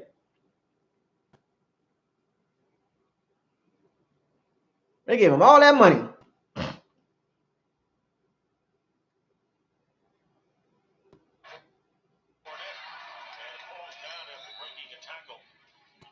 Gets 2 yards on the play. Minshew coming in has 13 touchdown passes and 4 interceptions. They should have kept him in there. And faces a 3rd and 18. Yeah, not an ideal situation, but you extend the play. You know, you look at 3rd and 18, and you hold on the ball, you make people miss, you extend the play, you get your receivers down the football field, give yourself a chance to convert. I mean, that's what he can do. And frankly, Nick Foles is not the athlete to do that right now.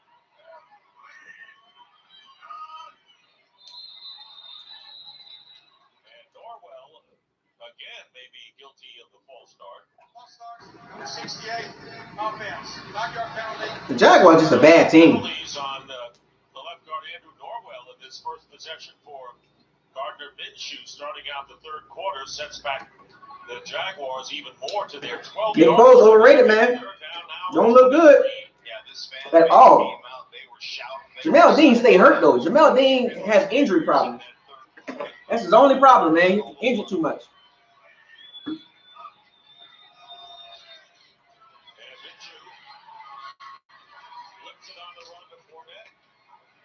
stays in bounds, and Fournette finally goes out of bounds after crossing the 25. Sue made the push, but a gain of 14 yards at least gets the Jaguars out of trouble here as they punt.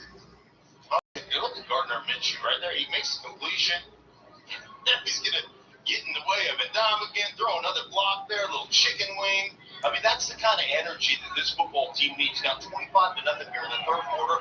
We need some energy. We need a spark. We had to back up. They gave all that money to Nick Foles, man. He has. Now you just got to shoot yourself in the foot with penalties. That's why, man, the Bucs don't have to pay James Winston a lot of money. TJ Logan, catch the freaking ball, man. Jesus Christ. And we'll take a break. So, Bowles completed 7 of 14 for 94. I do not like the Bucs punt return team. They're so trash.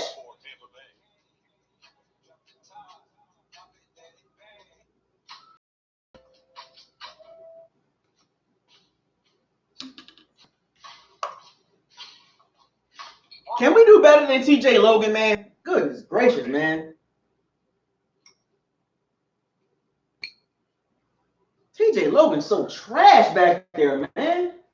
Punt return, kick return team. Well, golly, bro, this is horrible, man. Have a good one. TJ Logan can't even run the ball, man. Time for family, food, and freaking out about what to get for your parents. Socks, candles, socks. Just get them a Nest Hub from Google and give them what they've been asking for all year. More photos of you. So when they're not playing their music or checking the weather, there you are. You and their grandkids. Forget you. Just the grandkids. One more grandkid. Boy, TJ Logan's so trash, man.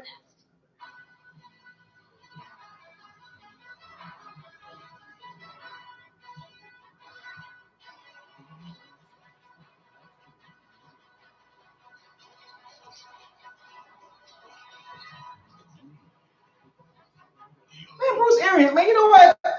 It's almost like it's hard to believe him on a lot of stuff he say. Oh, Ronald Jones starting running back, TJ Logan.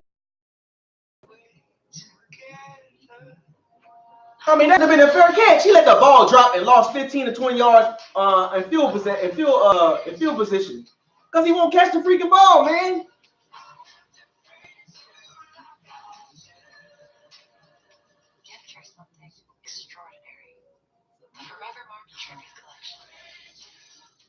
Forevermark.com. Justin Fields at number 1, Ohio State. Take on Jonathan Taylor at number 12, Wisconsin. The Big Ten Championship coverage begins Saturday at 7 on Fox. Today's game is sponsored by the Ford F-150, built for tough. Well, it's the 100th anniversary expansion team. John McKay. Almost 20 years later in 1995, along with the Panthers. Tom Coughlin, who's now, as we said, the Executive Vice President of Football Operations. So Mark Brunell, who's a very successful quarterback. This was a playoff team. They were very strong back then. In fact, they were 2 years ago. Jameis Winston starting from the 40. O-line is not blocking it. Oh, God. Jones. What is going on with this O-line, man? Carry the game for Jones. It'll be second. The O-line cannot run block for nothing, man. It's the ultimate professional, right? Inside there, stacking guys, shedding guys. He's been doing it for a long time. Did it with Bruce Arians back in the day for Arizona. 4 years. Yeah, really a solid football player and a great guy in this community. Second down, 11. Here comes pressure on Winston. And this pass is going to be caught by Howard. O.J. Howard having a whale of a game. Wingard makes the tackle. Great defense, and the thing is, there is no defense for the perfectly placed ball. Wingard right there on it, and I mean, you just can't go out there and throw it any better than this. You see Howard coming out here; he's just going to run the out. I mean, that is as well. It's just as well covered as you can do it. And now you're in a 3rd down and 1 situation. The heavy backfield. Two running backs in the game. Not them going in motion, and they give it to Ronald Jones. And Jones looks like he's going to be stopped short of the first down. For nothing, man.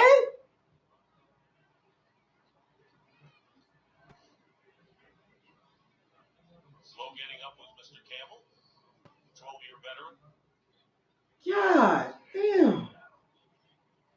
Something the Jaguars have really struggled with. Run block, man. Come on, Tampa. The O-line got to run block better, man. 9-man fronts. And they're midfield, and why not? You're leading 25-0. You have momentum in this game. And there's Winston directing his running back, and they're clinging forward. And here's the quarterback sneak. It would be enough for the first down. The Jaguars were claiming that a false start was made by Tampa Bay. It was not. And a first down after a gain of yard.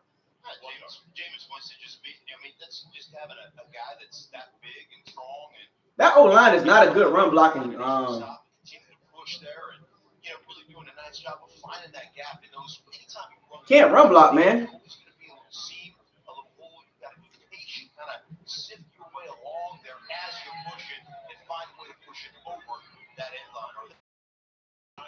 Here's Winston on the rollout. Campbell trying to chase him. Takes the flip and gets the first down with his legs. Did a lot of that last week, too, against the Falcons. He did. And this is just smart. They've got it covered. He just decides, you know what, I'm going to take this on my own. And these are the things that Jameis Winston has grown. In the last 4 weeks, with the fake right there, last 4 weeks, he has just made better and better decisions. And a lot of the interceptions, you talk about 20 interceptions. Well, Bruce Arians will tell you there's probably 12 or 13 of them that are his fault. The other ones are other people's fault. So that's part of the growth process for Jameis Winston. He got 16 yards on the play, and Donald Payne comes off injured on the play. So Miles Jack inactive today, and Donald Payne is the other middle linebacker. They activated Jake Ryan, a linebacker, from the non-football injury list.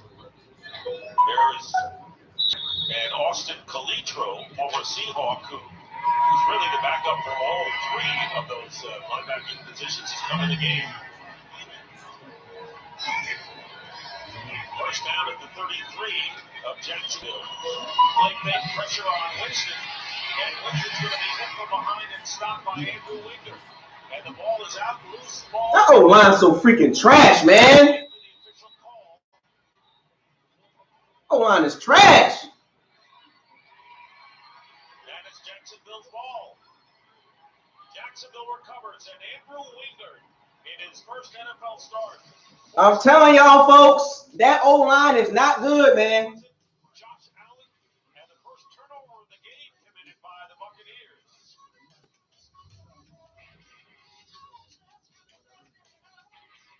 Don't get that man killed, man.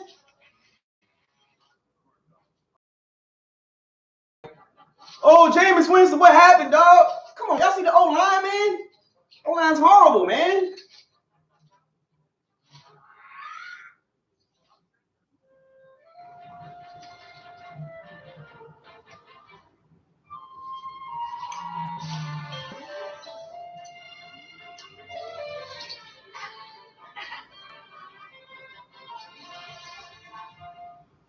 Oh boy, see, you don't have a good, consistent running game. You can't, you just can't keep dropping back, man. Keep dropping back, run the freaking ball. But the O-line can't run block.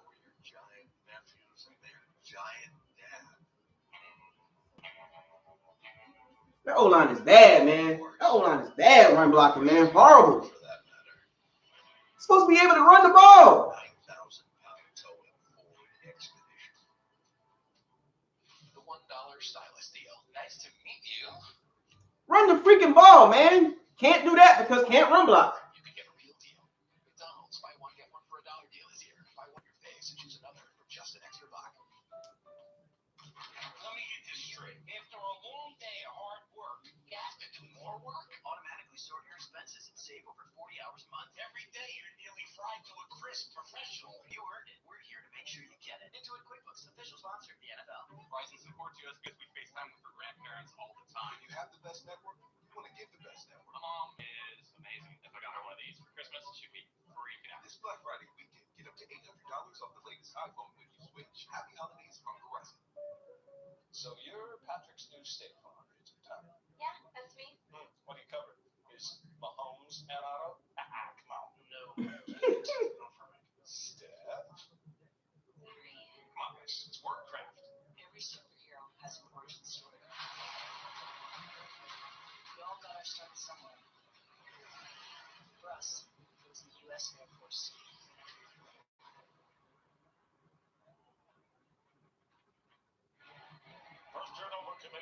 Tampa Bay were talking about a mistake-free first half by Winston. That was the 5th fumble he's lost this year. And Jacksonville, 15 touches so far. Well, they're just going to bring off pressure. They're going to get Hayden off this way. They're going to get Wingard off this way. And they're going after Jameis Winston. You're going to see the initial pressure by Hayden. He avoids that. And then as he's fighting for extra yards, there's Wingard knocking the ball free for Jameis Winston. The 50th career fumble, 23 of those lost. So it's not just the interceptions that have fallen Jameis Winston. Notable first game for Wingard, his first NFL start. Second down and 8. Fournette. Another penalty now.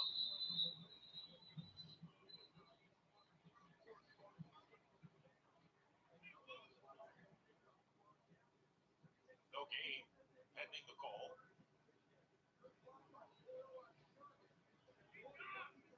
Illegal formation. Number 17 is covering number 86 on the offense. Still second down. Well, the other Florida team, the Miami Dolphins, in action against the Eagles, and Carissa Thompson has a game break on that one. That's right, they were trailing 28-14 against the Eagles, and Ryan Fitzpatrick throws this one up to Devontae Parker, who makes the leaping grab for a 17-yard score. Extra point no good. Dolphins down now by 8 on the Eagles. 6. All right. Thank you, Carissa. Meanwhile, after the penalty, second down and 12. Minshew. And catching it and trying to get away from DJ Chark, and he does. And he gets a first down. Great alert play by DJ Chark. Carlton Davis was the victim there as he got by him. There's DJ Chark on the top here, and he's just going to run a quick out route. Missed tackle over the top. DJ Chark just, that's the kind of energy. All of a sudden, you got a little energy, you defensive stop, and now you're rolling. 17 yards on that one, and on the D.D. Westbrook reception. There you go. And you can see in the fans field more momentum now for the Jaguars, though they're down 25-0. Westbrook picks up 15 yards. And I like this, to pick up the pace. You know, Gardner Minshew outside, getting it rolling out. Get right up, back up to the line of scrimmage.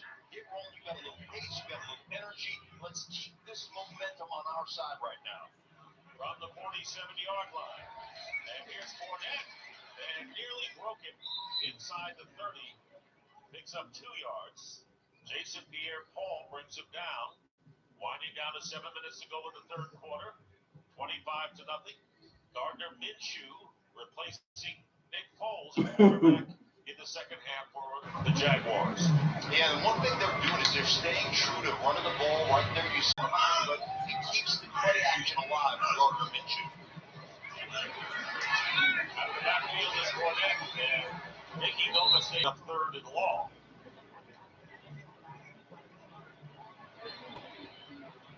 I've always said, if you just tackle well in this league, if that's all you do, it's hard as an offense to string 6, 7, 8, 10 plays together without making mistakes. So if you just tackle well as a defense, you're going to be in front of the game. You're going to have a great chance at success. Jaguars needing to cash in on the turnover here. On a third down and 8, pressure put on Minshew, and Minshew off balance fires it up incomplete. Devin White storming in on Gardner Minshew creates 4, and they do. Josh Lambo checks in. Well, you've got Levante David here, but they're going to run. They're going to exchange this, and that's just LSU on LSU crime right there. That is Devin White taking Leonard Fournette and essentially just making a swim, making a pass rush move on him and getting the quarterback forcing that incomplete pass. 3 outstanding games in a row by Devin White, and a flag gets thrown before the play gets underway. False start, number 76, offense.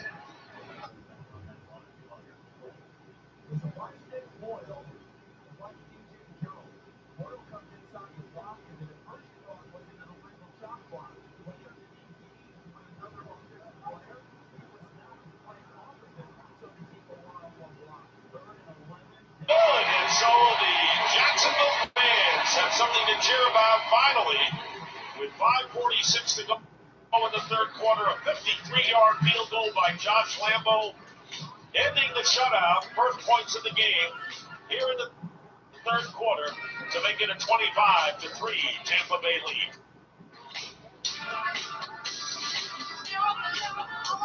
You don't have to go to another planet to be an explorer. You can be an explorer right here on Earth with a completely redesigned Ford Explorer. Redesigned for any terrain. Redesigned for any race. Ford Explorer. It's the greatest exploration vehicle of all time. I am on a journey to help people find time to relax. Are you ready for the journey, Elizabeth? How did you get in here anyway? You can't flap. Makes sense. Relax with the real ginger taste of Canada Dry. Holiday stress? Repeat after me. I am grateful. I am getting all the gifts this holiday. This Sunday and Monday, get 50% off everything online. That's 50% off. You get all the gifts. On oldnavy.com. Drivers just won't put their phones down. We need a solution. Introducing Smart Dogs, the first dogs trained to train humans, stopping drivers from liking selfie and whatever this is. Available to the public? No. Smart Dogs are not these. But Geico has a simple tip. Turn on Do Not Disturb while driving. Now, brought to you by Geico. Man, each web because of his land. Outer world. Oh, shrink them. Smaller. Shrink drag.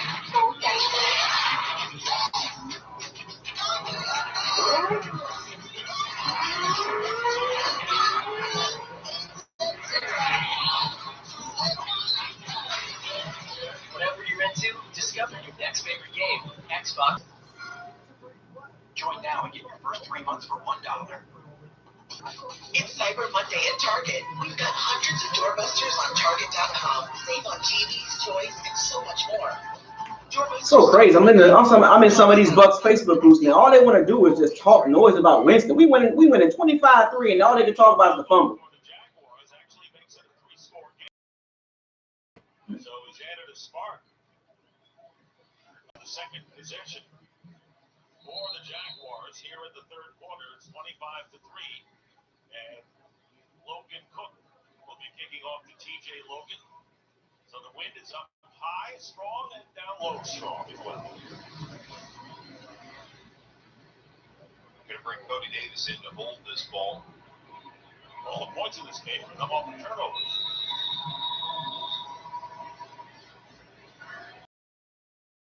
Tampa Bay will take it out on the 25-yard line. Well, we're talking about the great 1-2 punch of Evans and Godwin. And today, it has been Perriman and O.J. Howard combined for 9 receptions. Between Godwin and Evans have 5 between them. It never seems to follow the script that you intended it to. Who would have thunk it? Right.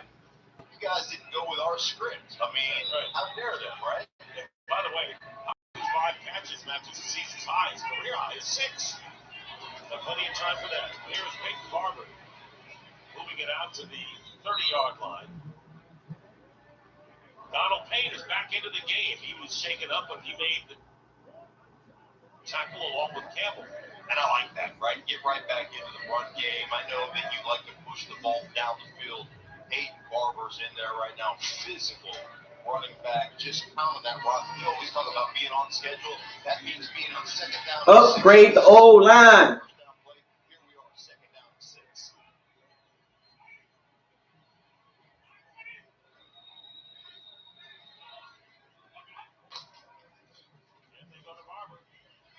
Look at the old line. It's not good, man.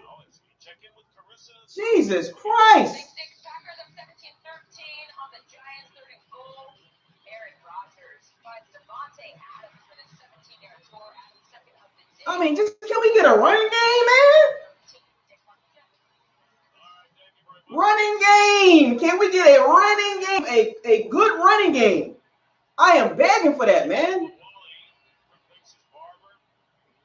Why can't we get a running game?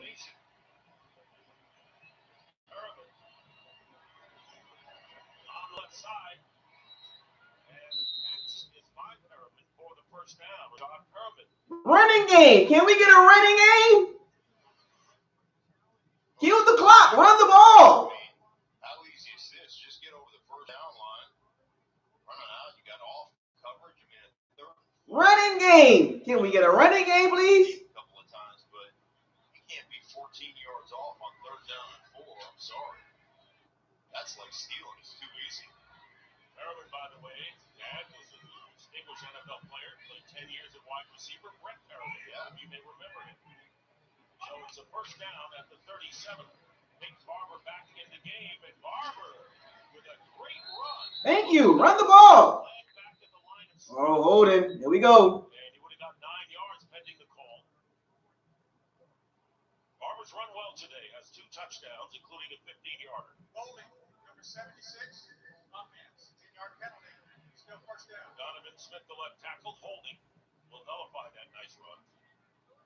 Well, if you're going to do it, you might as well get your money's worth. I mean, that's a form tackle right here. You just watch Donovan Smith. And I've been there. You're going to do it, get your money's worth. Go ahead. I mean, that's just taking a guy to the ground right there. And listen, most of the time I back up those guys. Brother, sometimes you get beat. And sometimes you just got to yank a guy down and hope they don't see it. It's not solitary. No. Good God, man. 20 from the 27. And the quick is out to Chris Godwin. Oh, that's so bad, man. Game for Godwin. And it was Avery Jones, who was promoted from the practice squad last week by the Jaguars, and the injured player is DJ Hayden.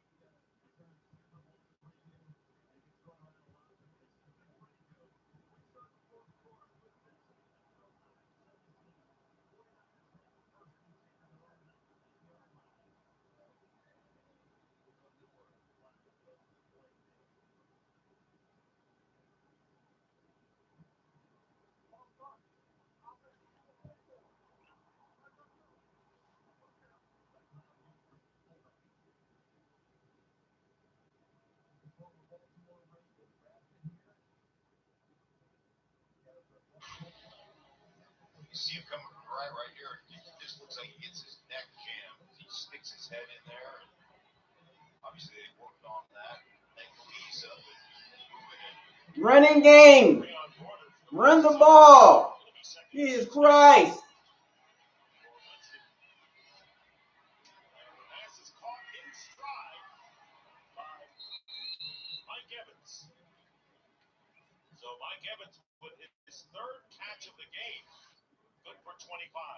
Mike Evans on the top of your screen here. He's just going to stick the outside foot in the ground and run the slant, the inside slant deep there on the post and perfectly delivered off the blitz. I mean, you're just sitting in there one-on-one off coverage.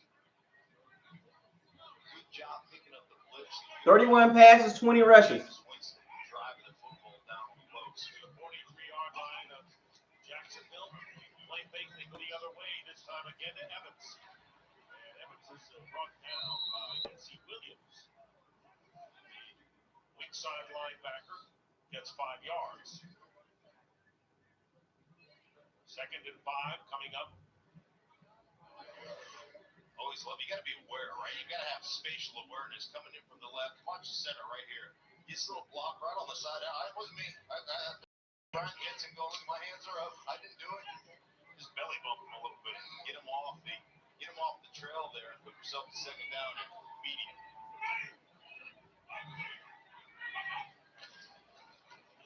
Here's Barber, and Barber gets hit, breaks away. Penalty flag is down, and Barber is tackled about 2 yards shy of the first down. Campbell had missed the first try of Barber, and he ends up getting 4. Illegal shifts. Offense. 5-yard penalty. Still 2nd down. Here we go with the receivers, man. Was in motion, stayed in motion. Number 25. And reset. Golly, man. There's the explanation from Walt Anderson. So 2nd down and 10 with under a minute and a half remaining in the 3rd quarter. That Giants loss is really bad for us, man. Right here, he's moving. You see Perriman move while he was getting set. It's the illegal motion.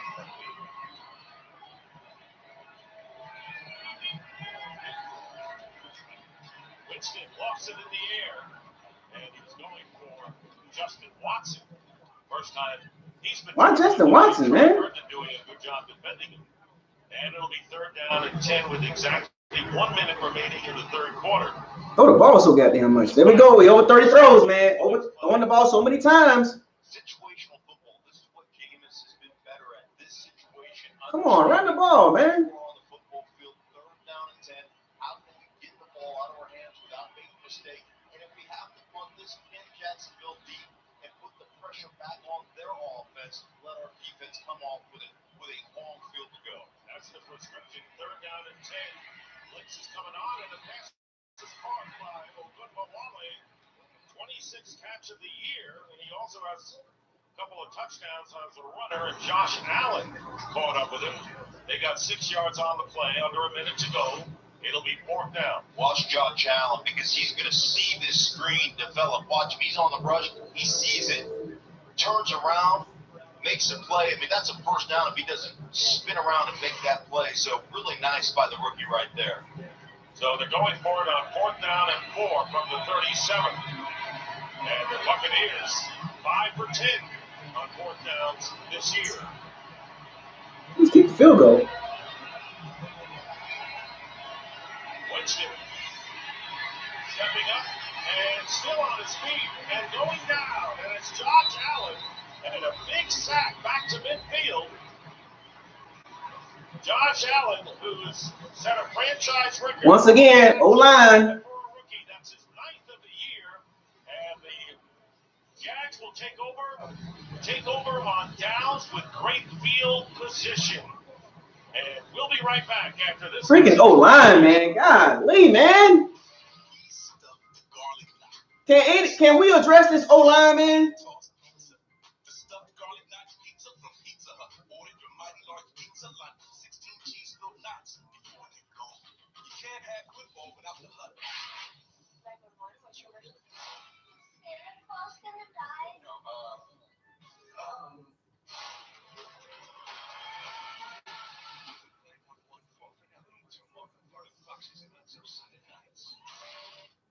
And the 3rd sack of the game by the Jaguars, and Josh Allen tied for number 1 in rookie sacks coming into this one. 9th, setting the rookie record with 5 seconds still remaining in the 3rd quarter. Jacksonville will have the ball at their own 46.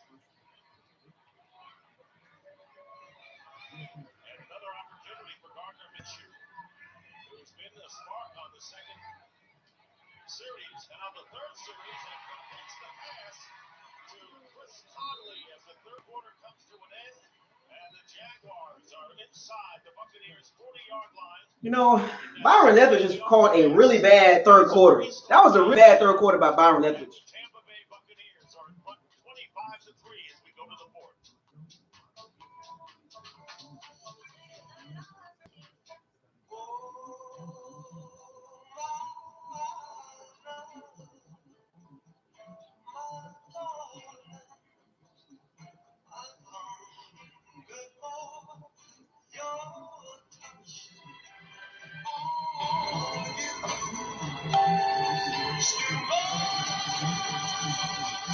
Most delicious food of all time just got hotter. Kentucky Fried Chicken and waffles are back. Now available in Nashville Hot. The serial killers aren't just born, they're made. Chronicles on full finale tomorrow at 9, 8 Central on Fox. The College Hoops Showdown on Fox. Come on, Paul. He's carrying Black Street Troopers. Saturday at 11:30 on Fox.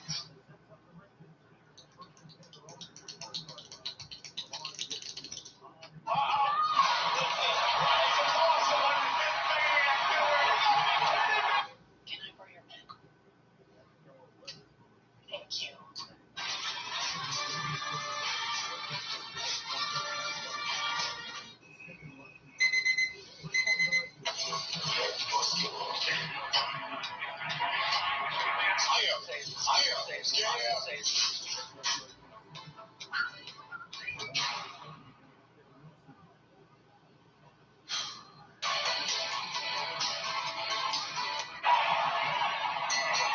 In boxing, you want to be remembered.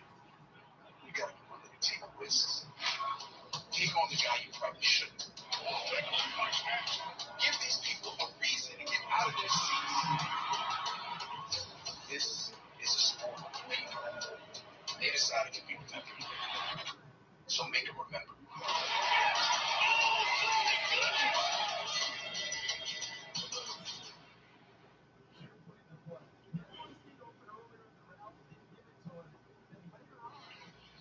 And welcome back to TIAA Bank Field here in Jacksonville. Dick Stockton, Mark Schlereth, and Jennifer Hale is with us. And now it'll be first down at the 38-yard line. Gardner Minshew locks it up and is off. Beautiful catch by DJ Chark. What a beautiful pass, too. And a gain of 30 yards for the Jags. Here we go. Carl Davis getting burnt again. You see, everybody jumps in What's Carl Davis doing? leaving Chark wide open down the sideline, and they're hurrying up. They're back on this, trying to create that energy, that speed. First and goal from the 7th. Here is Fournette. And he is moving back. That sets his second effort. God damn. Had the first shot at him. And Fournette, not to be denied, dove forward into the 4-yard line, picked up 3 yards. It'll be second and goal from the 4. Nick beat him bad. He had him wrapped up, had the hand on the jersey, had him stopped, and he thought they were going to blow the whistle. Like, forward progress is over. Look at Vita Vea. Right there on the shoulder pads, got his hand in it. Leonard Fournette just continues to drive his legs and create something for himself. Trying to make a tackle, Vita Vea with his left hand. Second and goal.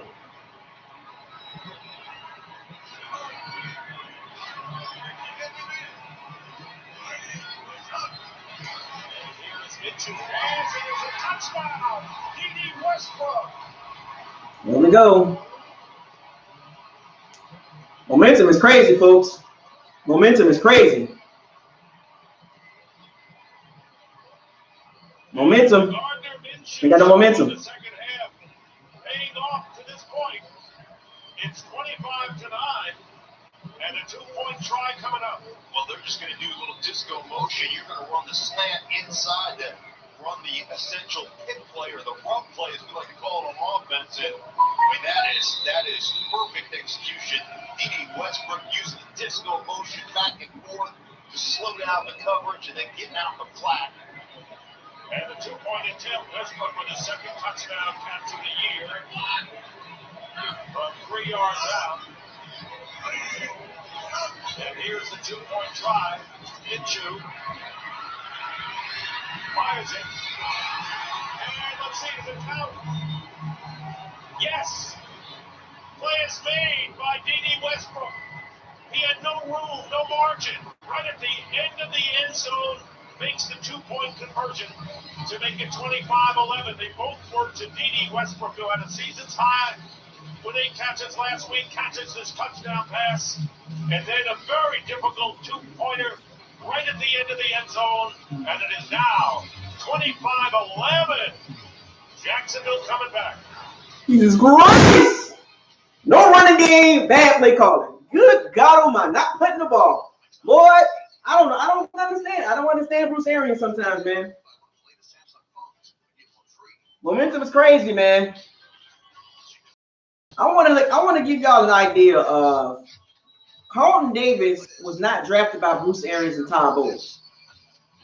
That's not their guy. Their guy is Jamel Dean, Murphy Bunn, Mike Edwards. Carlton Davis he's a liability against fast receivers. He cannot guard quick, twitchy receivers. He's better off at safety. I don't know why they won't make that move. We took the real-time all-wheel drive technology available on the Honda HR-V and pushed it to its limits in the most severe winter driving conditions. This is what happens when you can't run the ball, folks. I keep telling y'all this.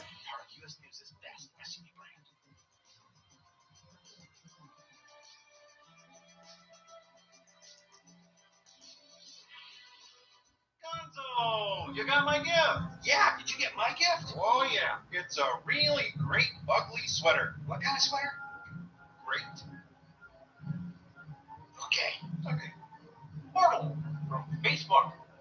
Unpredictable Crohn's symptoms following you?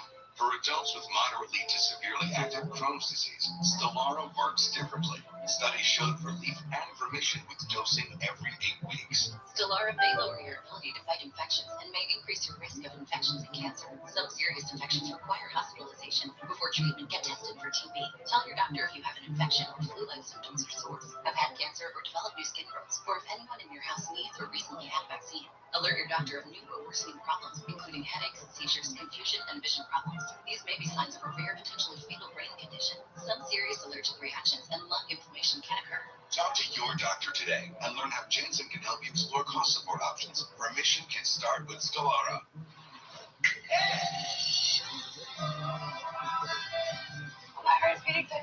Jenna Dewan hosts Flirty Dancing this December on Fox. Today's game is sponsored by KFC's Chicken and Waffles. Pick up the classic good natural out of KFC. And there are 2 kickers out there for Jacksonville, the punter Logan Cook and the place kicker Josh Lambo, and it's Cook who handles the kickoff, and they'll take it out of the 25. The Buccaneers went for it on 4th and 4 on the Jacksonville 37-yard line. There was a sack, and then taking advantage of that 4th down failure, the Jaguars went 4 plays at 54 yards in a minute 28. And Westbrook with the touchdown catch and the 2-point conversion as well makes it a 25-11 game. So you wonder if that's going to come back and haunt the Buccaneers. Yeah, and now you've got to make sure it's an offense that you control the tempo of the game. You've got to make sure that you get completions here, move the chains. That's your responsibility as the quarterback. From the 25, Hayden Barber. And Barber runs out to a 5-yard pickup on first down. Well, you go back to the last drive, and it was all about Josh Allen, the outstanding rookie. Here he is on 3rd down, recognizing the screen, turning around, making the tackle. Then it's a 4th down and 4. He just keeps fighting and then gets his rookie record for the Jacksonville Jaguars, his 9th sack rookie record. And I tell you what, that's what leads. You make decisions like that. You make plays on 3rd and 4th down, and that's what leads to an opportunity to stay in a football game. DJ Hayden, who was injured, is back in the game at cornerback for. Come on, the O-line, man. They get no push, man. They can't run the ball. Well, we'll see if this brings a smile to Jaguar Texas, they remember this guy, Mercedes Lewis. Now he's got 2 touchdown passes from Aaron Rodgers. God damn, man. Winston ain't got no running game, fam. He got no running game. Can't run the ball. Of course, the Jaguars have lost a host of tight ends. Used to be a strength of this team. They've had a few of them. Now it's 3rd down and 4. Jags fans looking for a 3rd down stop, and they're going to get it. As Winston is sacked. Back in the 20 by Donald Payne. First NFL start. O-line, bro. O-line getting killed, bro. O-line, I told y'all, man. Y'all go Winston. Nope. Look at that O-line. Can't run block, can't pass block. I told y'all. Y'all don't listen. Gotta listen to me, man. O-line trash, man. Can't run block, can't pass block. Trying to tell y'all. Y'all don't listen. Winston. Have you seen the O-line? Look at this game. They are getting destroyed. Getting destroyed, man. Can't run block, can't pass block, can't do anything. Jacksonville figured them out. They figured them out. Jackson. And his first NFL sack, 4th of the game for Jacksonville. And it's 4th down, and the momentum is crazy, man. Momentum is a hell of a drug, fam. Can't run the ball. Yard punt return. Well, Westbrook on that side, they had 3 blockers on that gunner on the left hand. Look at the special teams. God damn, boy. That side, and that's exactly where the return went. Joe DiCamilo's special teams coach had him. Look at all these guys down here in the gunners. There's 3 guys on 1 guy saying, "Hey, don't let Ryan Smith make the tackle." And that is just good coaching, great design, and a nice return to get you right back into the thick of things in this game. And the longest punt return of the year for Westbrook. On first down, Minshew escapes one and can't escape the other as he fires it out. What is up with the O-line, folks? I'm trying to tell you, we have to upgrade the O-line. I don't care about the quarterback. I don't care who is the quarterback. Ryan Griffin, James Winston. I don't care. Upgrade the freaking O-line. It is a bad O-line, folks.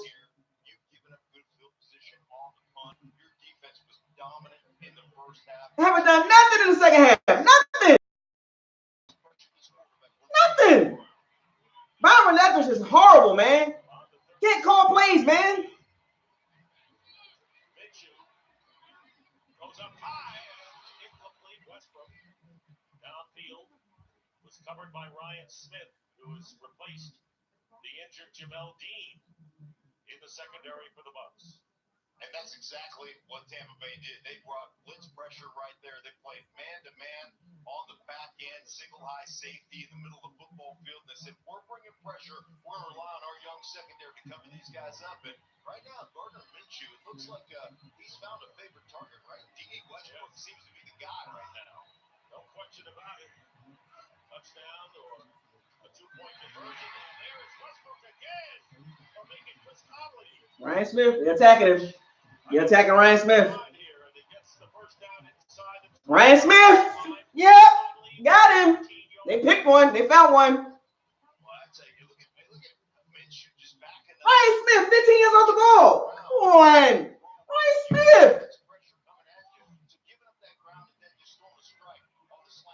From the 24-yard line, and Fournette not going anywhere, and Mike Edwards, safety making the tackle, and it'll be second down. Ryan Smith. Jesus Christ. What is up with this team? This team is weird as shit, man. Like, they can't do anything correctly, man. First half, perfect first half. Second half does nothing. Nothing in the second half. Can't even throw the ball, can't run the ball, can't do anything. Second down and 11. He gets some time here, and he flips it off to Fournette. And Fournette gets to the 19-yard line. God damn, what is up with this offense and defense, man? Foles has been out. For more, here's Jen Hale. Dick, no doubt an awkward and disappointing situation for Nick Foles, but he is handling it like a true pro. The class act that he is after that first touchdown by Gardner Minshew, he was the first one standing and applauding. He walked out towards the field to greet the offense as they came off. He congratulated everyone before sitting back down. A true pro. Well, we do really bad against rookie quarterbacks and backup quarterbacks. I don't understand that. It's weird. We cannot do good against backup and rookie quarterbacks. We struggle against them, man.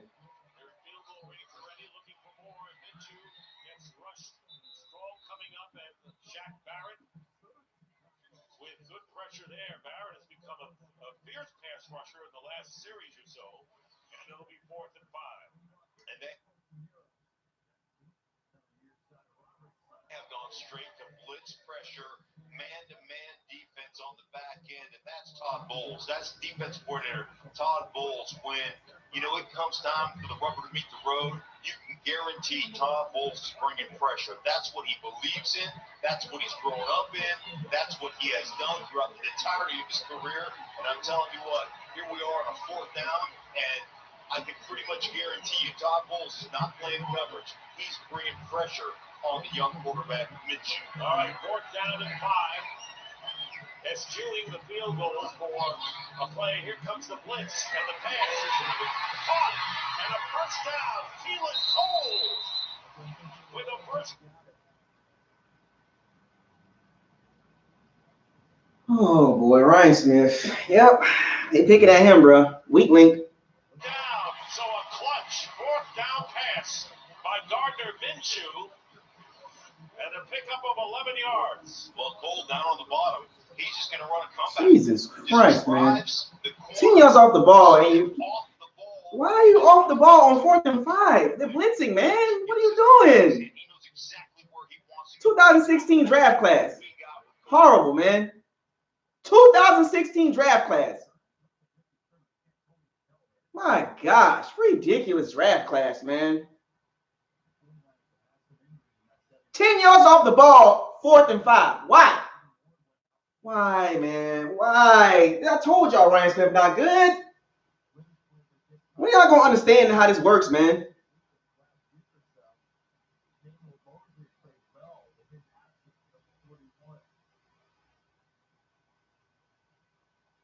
Ryan Smith got that Vernon Hargrave syndrome. He plays just like him, man. Like clear to see you're supposed to be playing up. It's blitz, man. He playing off the ball. Why?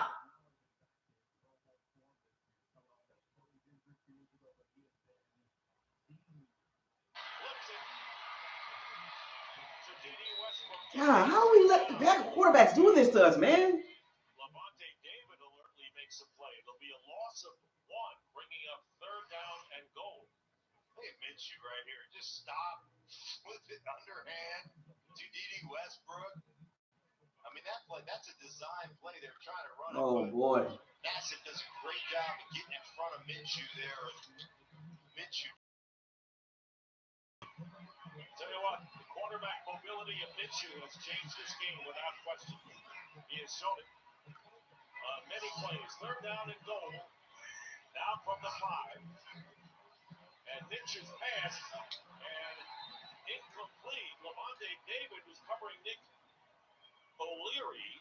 And you wonder whether O'Leary stopped his route. Not sure.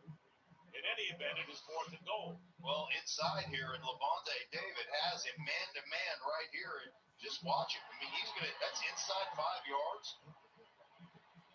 You can legally chuck a guy right there. And they're going to go for it on 4th down and goal from the 5. Blitz. All out blitz. All out. Don't give him no time to throw the ball. None. 0.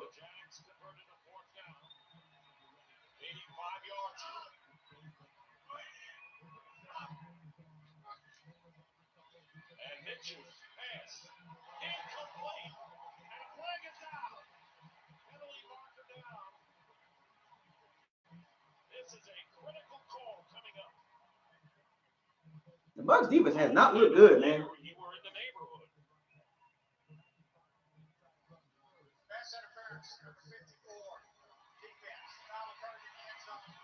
The Bucs defense has folded. And Doug Moreau rolling the dice here. They're on the brink of a score. Lavonte David, now you watch. He got this perfectly covered. He's doing a great job, but O'Leary stops. Watch him stop in front. Well, you don't see it there, but he kind of hunkers down and stops, and Levante David rolls up his back, giving them first and goal. Cedric Okwegi is an extra offensive lineman here. First and goal. And the handoff is to Fournette. He's not going to get there. And we'll lose a yard. The Bucs defense has not looked good in the second half. Not really. Well, here he is right here. The offense played like crap in the second half. I don't understand the second half play call. They went like 2 days ago. And he hunkers down. Right here, he hunkers down, and Levante David just happens to run into him because he's playing man-to-man. He's not looking back at the quarterback in that position. That ball wouldn't catch him. Essentially, O'Leary just draws the flag right there. Not a whole lot you can do for Levante David. 13th play of this drive. Bootleg. Watch the bootleg. Ball is at the 2. I told you. Minshew using his legs. Splits it. And it's broken up. Fournette was pass broken up by Devin White. Tell you, White is having a sensational 3 games, you know. Down in goal. I told you the bootleg. He is. I mean, he's just coming down on the right. You've got great coverage by Levante David. Now watch White. He comes in, he picks up Fournette, and then he just dives in front to knock him down. Fournette upset because there was a chuck earlier. I mean, that is those two just battling. Those guys, both LSU guys, just battling one another right now. Well, we know it's 2-down territory here because Doug Marrone has gone on a 4th down on 2 occasions. 3rd down and goal. Tough to get it in at this range. And there's the pass. Intercepted on the deflection. Let's see if it was Sean Murphy Bunting with the Interception. D.D. Westbrook. Bounced off of him into the hands of Sean Murphy Bunting. Interception and maybe a game saver for the Buccaneers. He was open too. Interception of the season for the rookie from Central Michigan. On the real, D.D. Westbrook was open too. Try this, boss. It's Amazon Fire TV Cube with Alexa voice control. It's easy. Alexa, turn on the TV. Alexa, play Shrill. I believe this is defective because it just.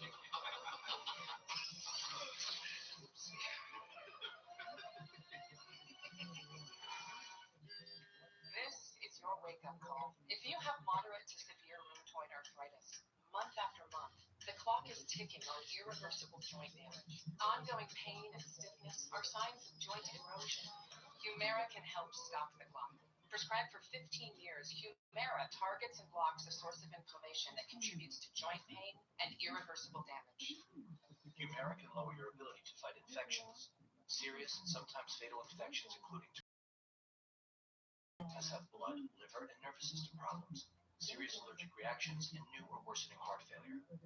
Tell your doctor if you've been to areas where certain fungal infections are common, and if you've had TB, hepatitis B, are prone to infections or have flu-like symptoms or sores. Don't start Humira if you have an infection. Help stop the clock on further irreversible joint damage. Talk to your rheumatologist. Right here, right now. Humira. I have an Instagram boyfriend, but now that rolled chicken tacos are back from Taco Bell, I'm not hurt yet. my hands are tied. Watch this thing, try this, Mom. Take the picture. Rolled chicken tacos are back. Your choice of dip. What's to do with the app? So the safer you drive, the more money you save. Doesn't know how to play it safe. That's not. Don't mess with my discount.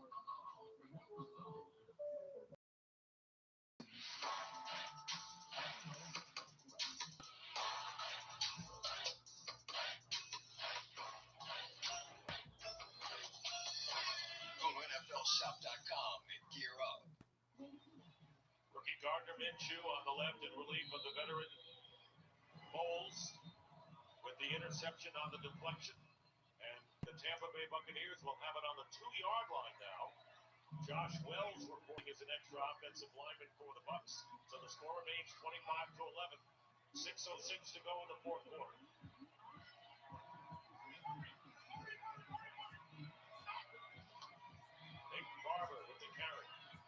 Come on. Come on, O-line. This O-line. Oh, my gosh, man. This O-line is horrible, man.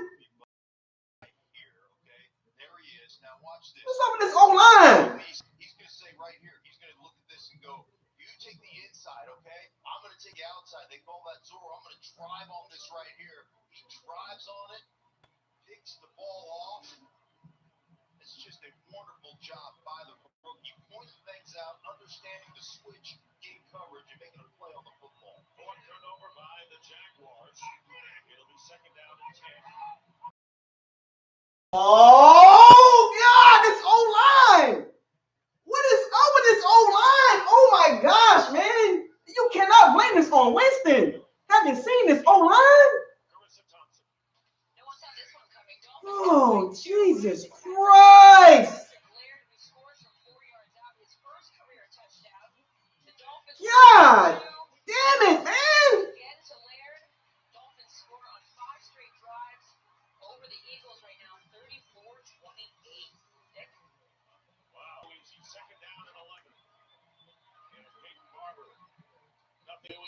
Oh, Christ! They can't even get a push off the ball! Winston ain't got no running game, folks. I told y'all this. Y'all keep blaming James. Y'all see this? He got no running game. Can't win games like that.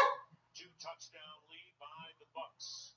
Well, the new year of WWE is underway. Friday nights on Fox each and every week. Catch all the superstars, all the action. It's Friday Night SmackDown, live this week from Fayetteville, North Carolina, only on Fox.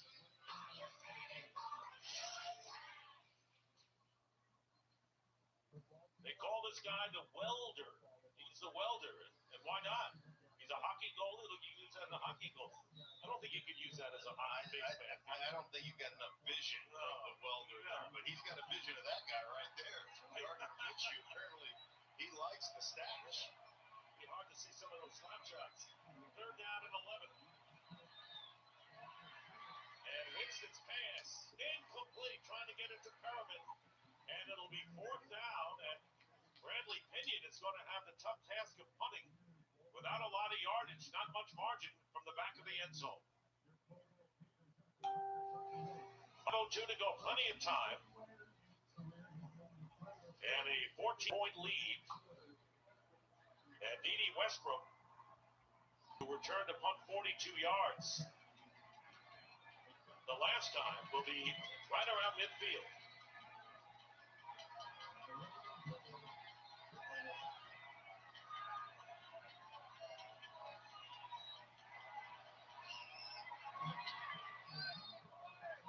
And good kick. Westbrook backpedals to the 38. Flag is down. That'll mean an illegal block in the back by one of the Jags. And it could be Michael Walker, who was also back there. Illegal block in the back. So the field position won't be a good factor right now for Jacksonville. Yeah, and that's the kind of thing right there. I mean, you just want to wind up with good field position. You cannot make that block. You cannot throw blocks in the back. I understand it's difficult. Guys are running. The field position is changing quickly, but these are the things that haunt football teams that are struggling. You make that mistake, you're going to have the ball, between the 30 and the 40-yard line. Now you're going to be pushed back with a long field to go with your rookie quarterback. That's how you get the 4 and 7. You make those mistakes. And Tampa Bay knows what that's about, too, because they've made a host of mistakes in getting to 4 and 7 themselves, although trying to make it 2 in a row for the first time this year is Bruce Arians' crew. There are 2 fouls on the play, both by the receiving team. Illegal block in the back, number 58 of the receiving team. That penalty is declined. Illegal block in the back, number 13 of the receiving team. That penalty is accepted. 10 yards. First down. So both blocks occurred during the return. It was Michael Walker who's back there as well with Westbrook. Well, here he comes, and you're going to see it from the right-hand side of your screen as Westbrook comes in, and Walker gets him right in the back, almost makes the tackle on top of it. Dede Westbrook on the return. And, those mistakes, there it is. It's a better look at it right there, but those are the ones you just have to let go. I mean, you're over the 30-yard line. Now you're going to snap the ball from, what, about the 20, 21-yard line. So a far cry from what would have been at least midfield for the Jags. Got a few moments, so time for a game break. Let's check in again with Carissa. Thanks to 49ers Ravens in a wild one at Baltimore, tied at 17. 3 seconds left. Justin Tucker's field goal from 49 yards out is good. Ravens win their 8th straight. All right, thank you, Carissa. The Ravens are for real. If you didn't know it by now, Carissa just mentioned having a fantastic year. Actually playing revolutionary football in a lot of ways, aren't they? They really are. They are so physical on both sides of the ball. On the back 40-yard line, it's 10 yards from that spot. It'll be first down at the 30-yard line. So it'll be at the 30. Oh, so it started at the 40s where that happened. But going back to the Ravens, they're just physically, they're so connected from a complementary nature. They run the ball, they control the tempo of the game, and they just play aggressive defense. They are, in my mind, the best team in the National Football League. Big win over the 49ers today. First down from the 30. Gardner Minshew stepping up, and the pass is complete, headed for Chark. And good defense by the Tampa Bay. Offense, 10-yard penalty, still first down. So Jawan Taylor, holding on the play. The rookie he's already given up 2 sacks. Now he gets the holding call. He's having a tough day. And, this is where the Buccaneers match up so well. They're so good defensively, defending the run. Their front seven is so stout. And they've got great edge rushers with Shaq Barrett, with JPP, with presence. So they shut down that run. They allow those guys to come off the edge and rush the passer. First and 20, screen to Fournette. And a good tackle by Ryan Smith, the veteran who replaced Jamel Dean in the secondary.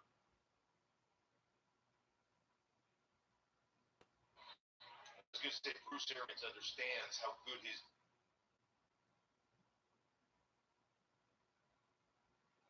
defense is, how aggressive they are. Infraction number 58. Defense unimpeded to the quarterback. 5-yard penalty. Still second. Shaq Barrett.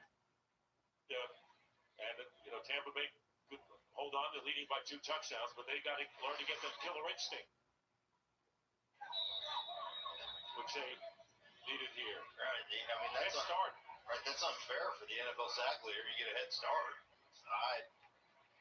Second down and 13. And Minshew going to go down inside his 20-yard line. Vita Vea with his first sack.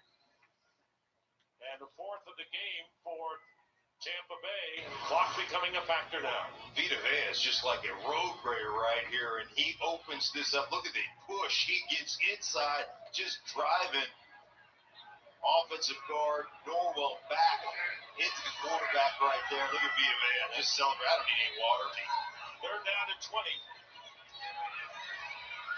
Minshew throws it out of bounds. Wanted to flip it to Fournette, but it was in front of way in front of the line of scrimmage, so it's an illegal forward pass. Period. I don't care what nobody say. No, we collapsed in the second half. Collapsed nothing. 2 fouls on the play. Holding number 60. The offense, that penalty is declined. Illegal forward pass, number 15 of the offense. It's a 5-yard penalty. They spotted the illegal pass and a loss of down. 4th down.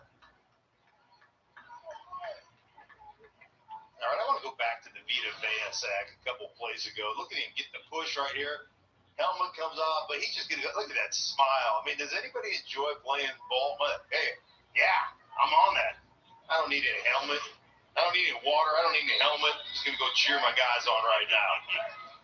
What an addition to this defense. And they're sprinkled with youth. That's a good sign. 4th down and 21. Going for it, of course, the time of factor. They swing it out, straight past to Fournette.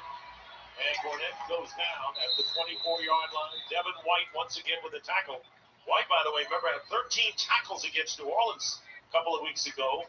And 2 sacks and twice tackle for loss last week and this week. Great defense. Well, starting last week, here you see Devin White on the sack right here. There's Barrett. That was last week. And then Carlton Davis intercepted the ball.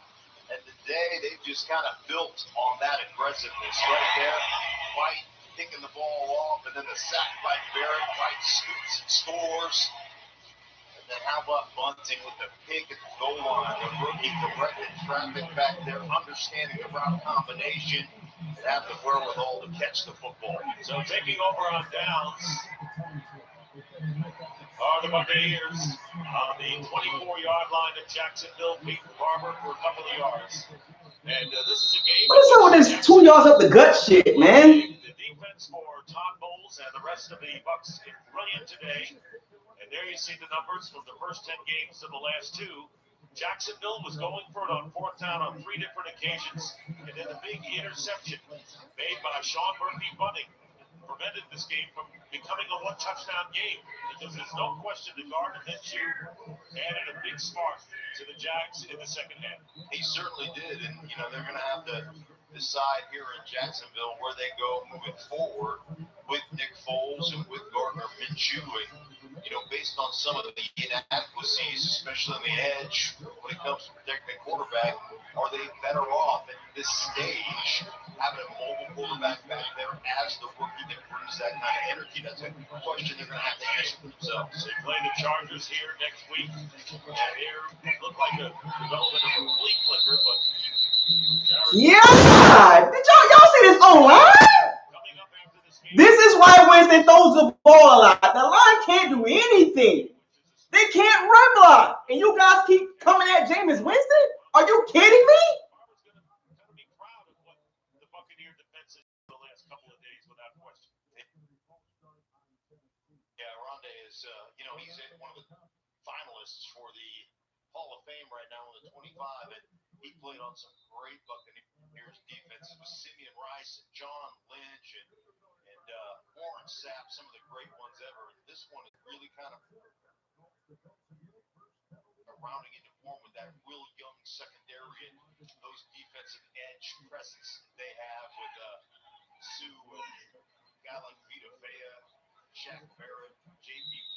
This is a really outstanding defense. Those 2 inside linebackers do as good as there is in this league.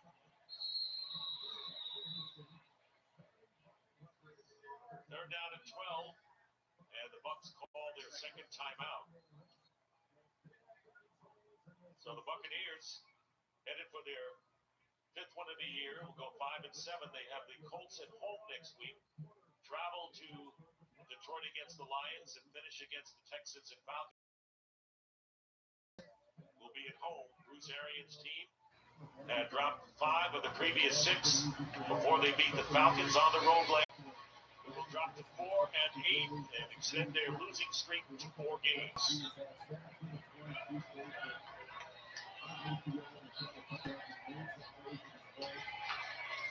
Handoff is to TJ. Jesus Christ! They can't even do a draw correctly. Oh my gosh, this O-line's horrible. I don't give a fuck what none of y'all say. Upgrade the O-line in the running game. We got to. No changing the quarterback. No more. None of that talk anymore. O-line is horrible. Thank you so much. Texans up 24-17 in Indy. Ryan Tannehill finds Khalif Raymond for this 40-yard score. 2 touchdowns in 2 minutes for the Titans. The final in Indy. You kidding me? 17. Talking that crap about Jameis Winston. You see this O-line in running game?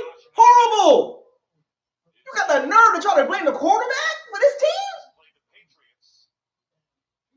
Oh my God, the weakest part of his team is the O-line in the running game. Josh Allen, the rookie from Kentucky, number 1 draft pick for the Jags, coming off. How about those 2 young linebackers? The 5th overall pick, Devin White, for the Tampa Bay Buccaneers. The 7th overall pick, Josh Allen, for the Jacksonville Jaguars. I mean, 2 young budding stars in this league. Looking at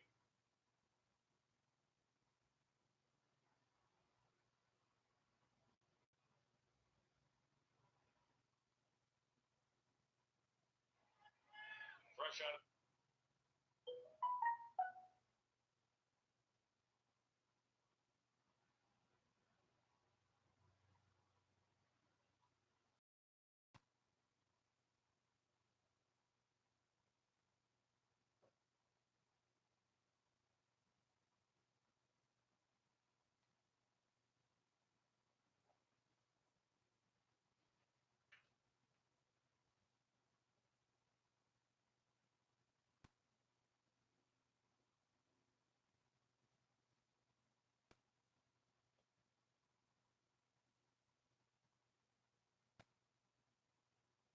finish of the Eagles-Dolphins game. Dolphins leading by 9. Running game stinks. Lead in that race with the Cowboys for NFC East honors. So the 42-yard field goal try for that game, but not so fast, Sailor. Penalty flag is down. Offside, number 40, defense unimpeded to the kicker. 5-yard penalty, still 4th down. So the mark 5 yards off. I think that's our second unimpeded to the kicker penalty. I mean, I don't know that I've ever done a game where somebody was unimpeded to the kicker. I don't even know what unimpeded means. I mean, I'd have to get a dictionary. No, you know what it means.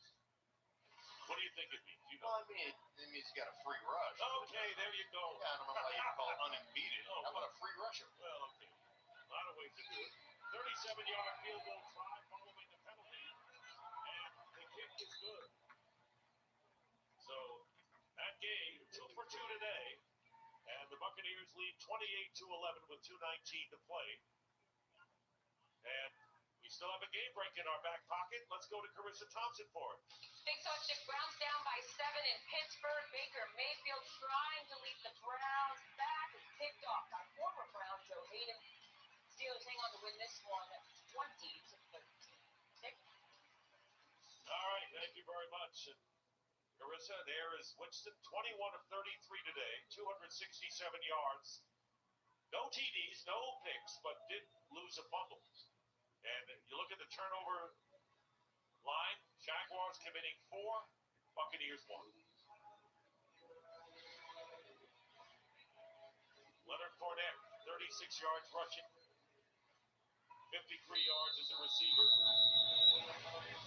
Could not be a factor in this game. Calais Campbell out there trying to encourage the guys, encourage the offense. It's always tough when you're losing as a football team. Keep that energy up and keep on grinding. Here is the return by Michael Walker. And Walker brings it out to the 25-yard line. Penalty flag. There's the return. Holding, number 22, receiving team. After this is to the goal. 1st down. All right, Mark, let's talk about the Jacksonville quarterback situation. It was night and day from the first half to the second half. They went with the rookie Gardner Minshew, who actually provided a spark plus.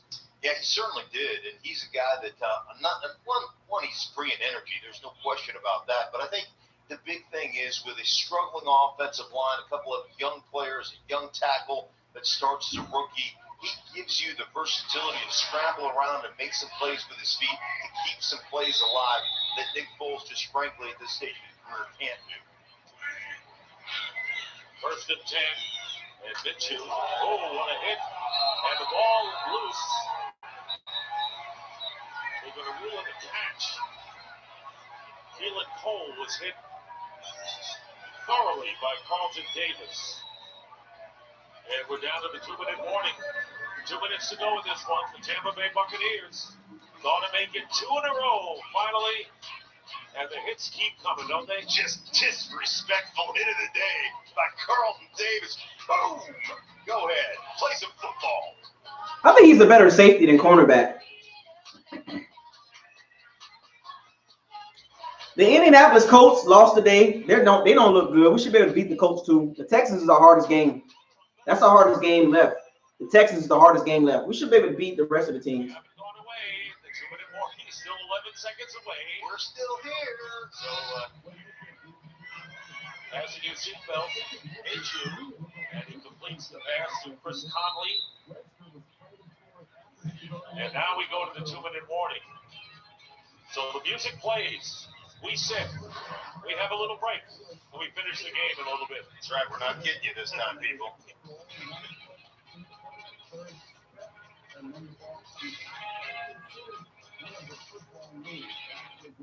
Needles, essential for the sea urchin, but maybe not for people with rheumatoid arthritis, because there are options, like an injection. Xeljanz XR, a once-daily pill for adults with moderate to severe RA for whom methotrexate did not work well enough. Xeljanz XR can reduce pain, swelling, and further joint damage, even without methotrexate.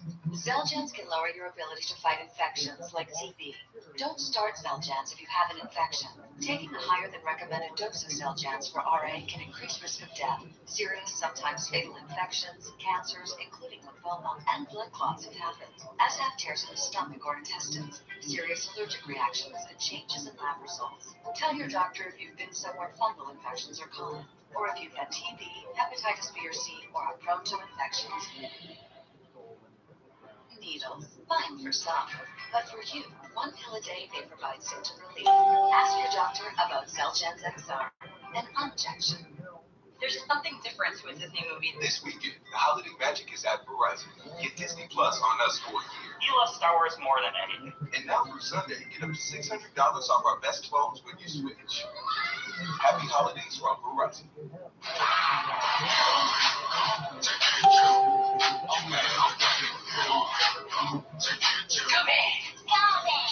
Passing the torch. Where would you like to be? Everywhere you want to be.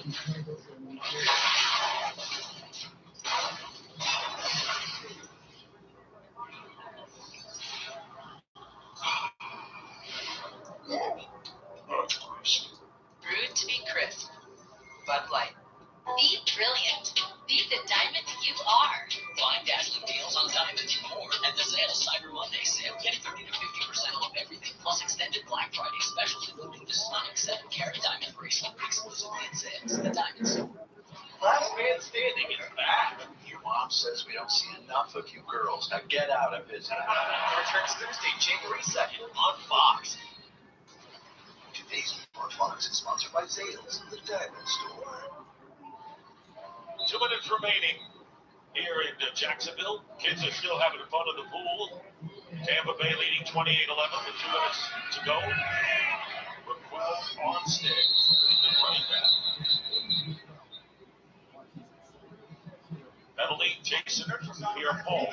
Quarterback number 90, defense. 5-yard penalty, first down. Unimpeded, Dick. That's the word we've learned today. Well, here in Jackson, yes, we have. 21 penalties called in this game, or 22, 14 against the Jaguars. Mitchell. His passes, when he starts to run, look really awkward, don't they? They really do, but again, it comes down to it's Tampa Bay Buccaneers defense. That time, JPP. I mean, JP, what a great football player. This guy got in a car accident, broke his neck. The inside move, disengage, wrap up the quarterback. I mean, that dude loves to play football. He's got the knee issue that he doesn't practice with. The other side, what are the Jags do with quarterback next week?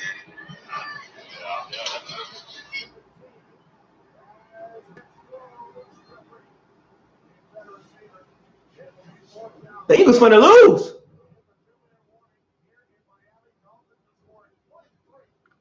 You know, I find it very, very interesting how Winston can put up a lot of yards, a lot of points with a marginal O-line and a horrible running game. Wow, that is crazy, dog. That's crazy. Big ups to Jameis Winston, man.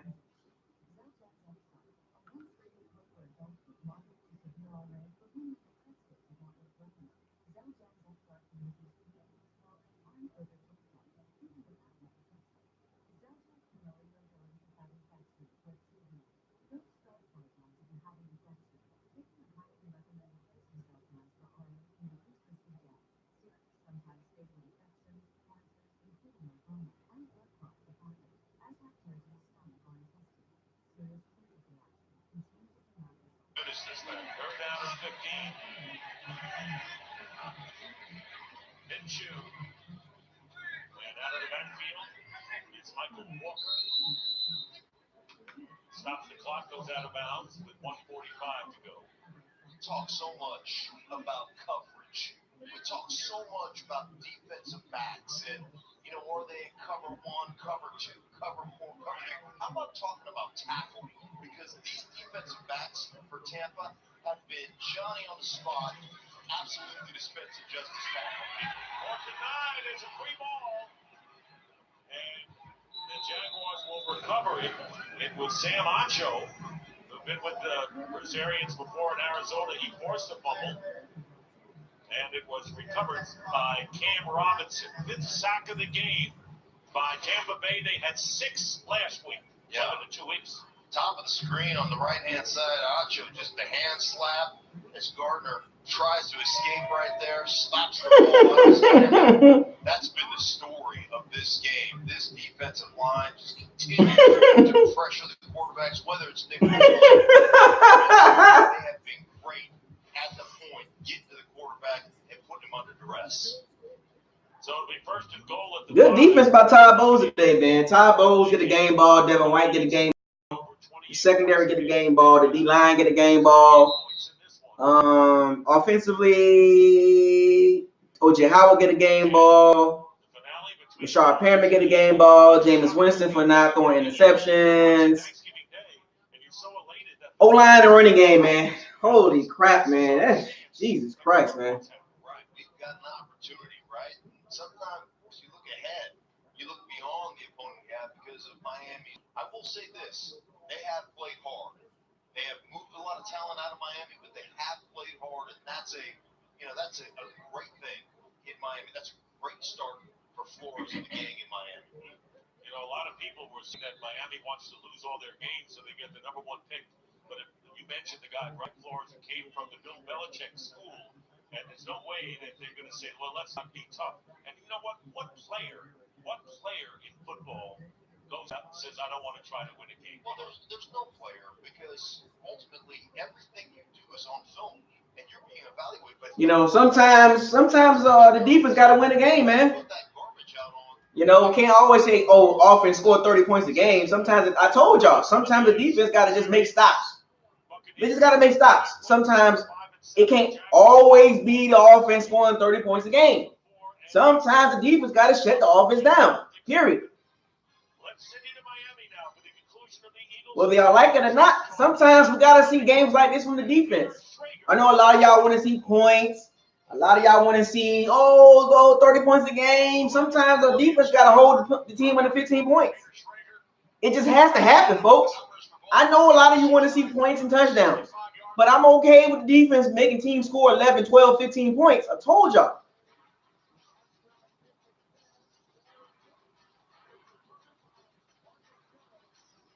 Sometimes it has to happen like that, folks. You can't always expect 30 points a game. Sometimes 25 is enough. Some of you, James got to throw 300 yards. Nope, I don't care if he throws for 300 yards.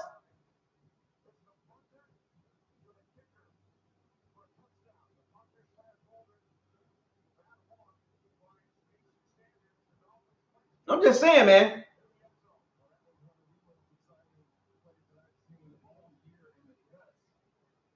A lot of y'all like to point the finger at the quarterback.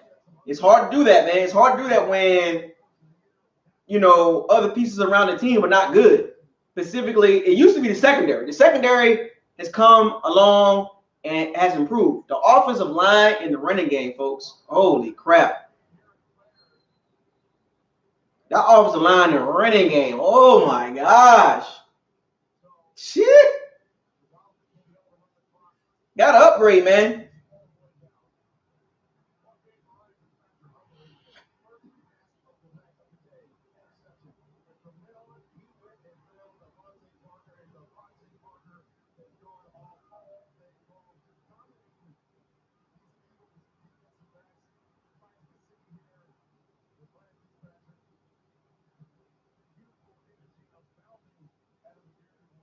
You know, I keep trying to tell y'all, man, it's hard to blame the quarterback.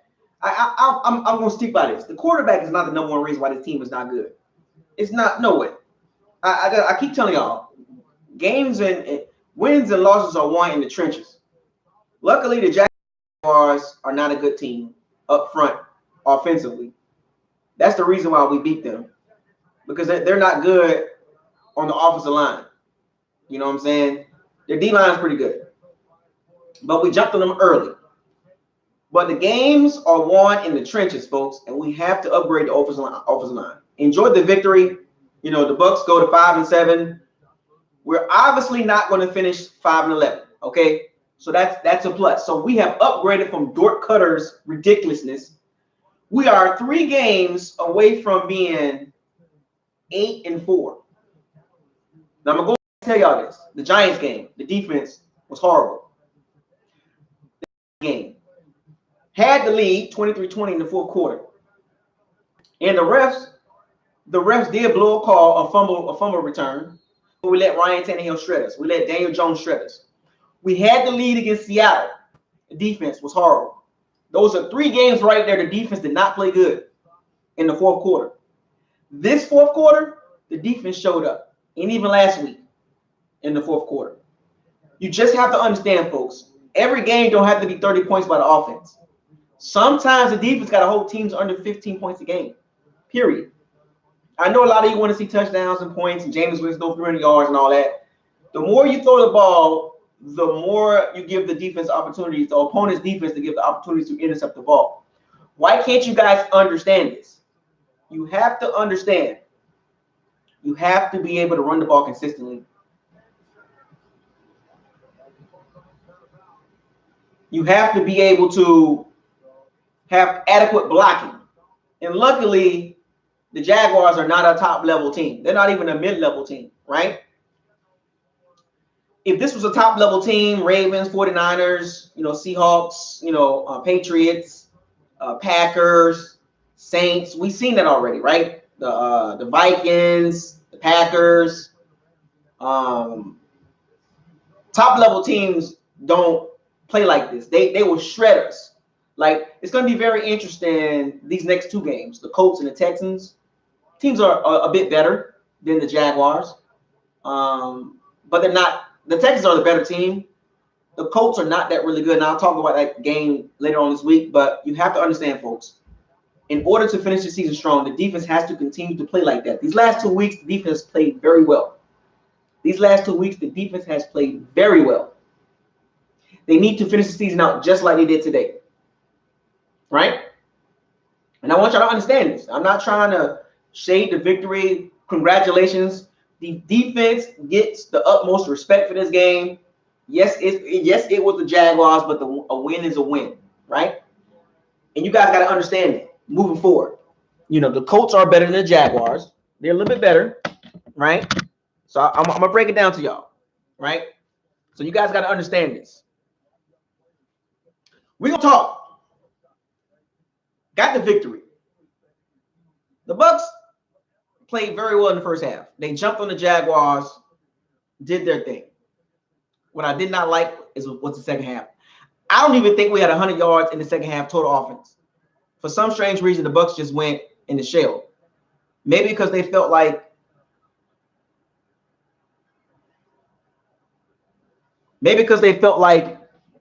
the Jaguars are not going to do anything spectacular.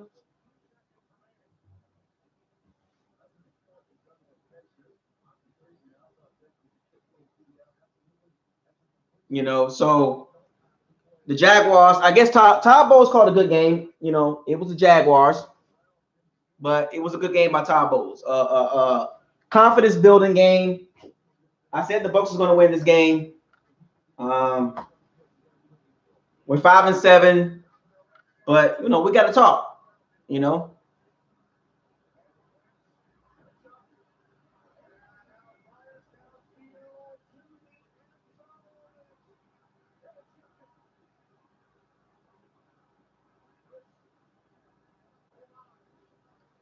The Dolphins just beat the Eagles.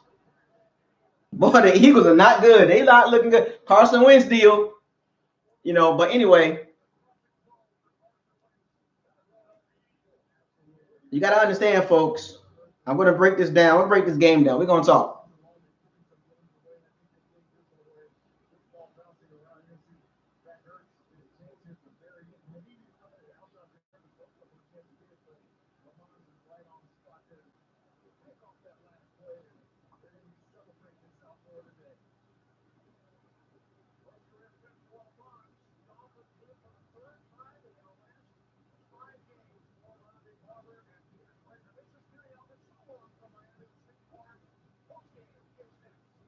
But so I want y'all to understand, the Bucs got some things they got to work on, man. I mean, it's a constant work in progress. They have to be able to put together a whole a full game. This was this a full game? No, they played a good 2 quarters, first half.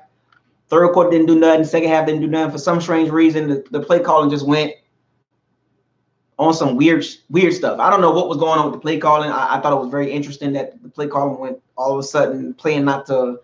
We were winning, but playing not to win. Like, playing to lose. Like, we can't do that against top level teams. Like, we can't do that against the Colts, even though I think we'll win that game too. We can't do it against the Texans. The Texans has an explosive offense. They're too explosive to play like that. It's going to be interesting these next 2 weeks. Honestly, I think we're going to be okay. I'm just worried. If we can win one of these 2 games, I'm fine with that. We'll go 8-8 most likely. Because we got the Colts, Texans, the Colts, Lions, Texans, and the Falcons. We can win 3 out of these last 4 games and go 8-8, and that's a hell of a season. Despite Jameis Winston's interceptions and bad defense in the first half of the season, and a couple missed calls here and there, and play coaching and all that stuff like that. But I told y'all, it's not hard to figure this game out, folks. But we got to get that running game corrected. That running game, I'm gonna give y'all the stats for the running game.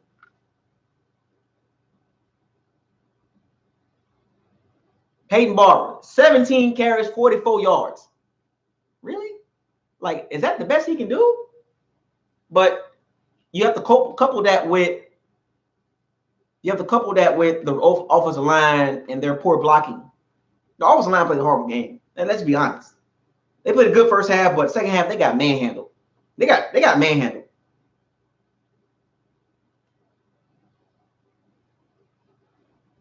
But the defense is hella good, man. The defense is playing hella good. But granted, I want to see the defense do that against better teams. I want to see the defense play like that against better teams.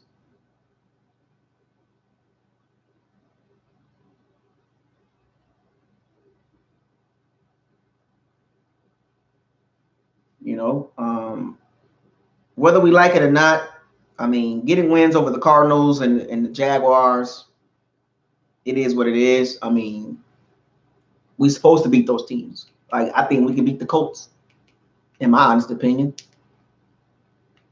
I think the Colts are not that good. Jacoby Brissett, I'll take Winston over Jacoby Brissett any day.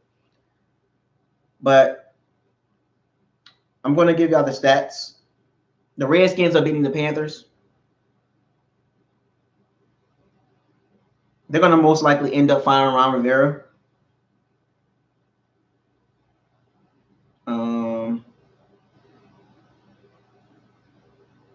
So I'm going to give y'all the box scores, okay?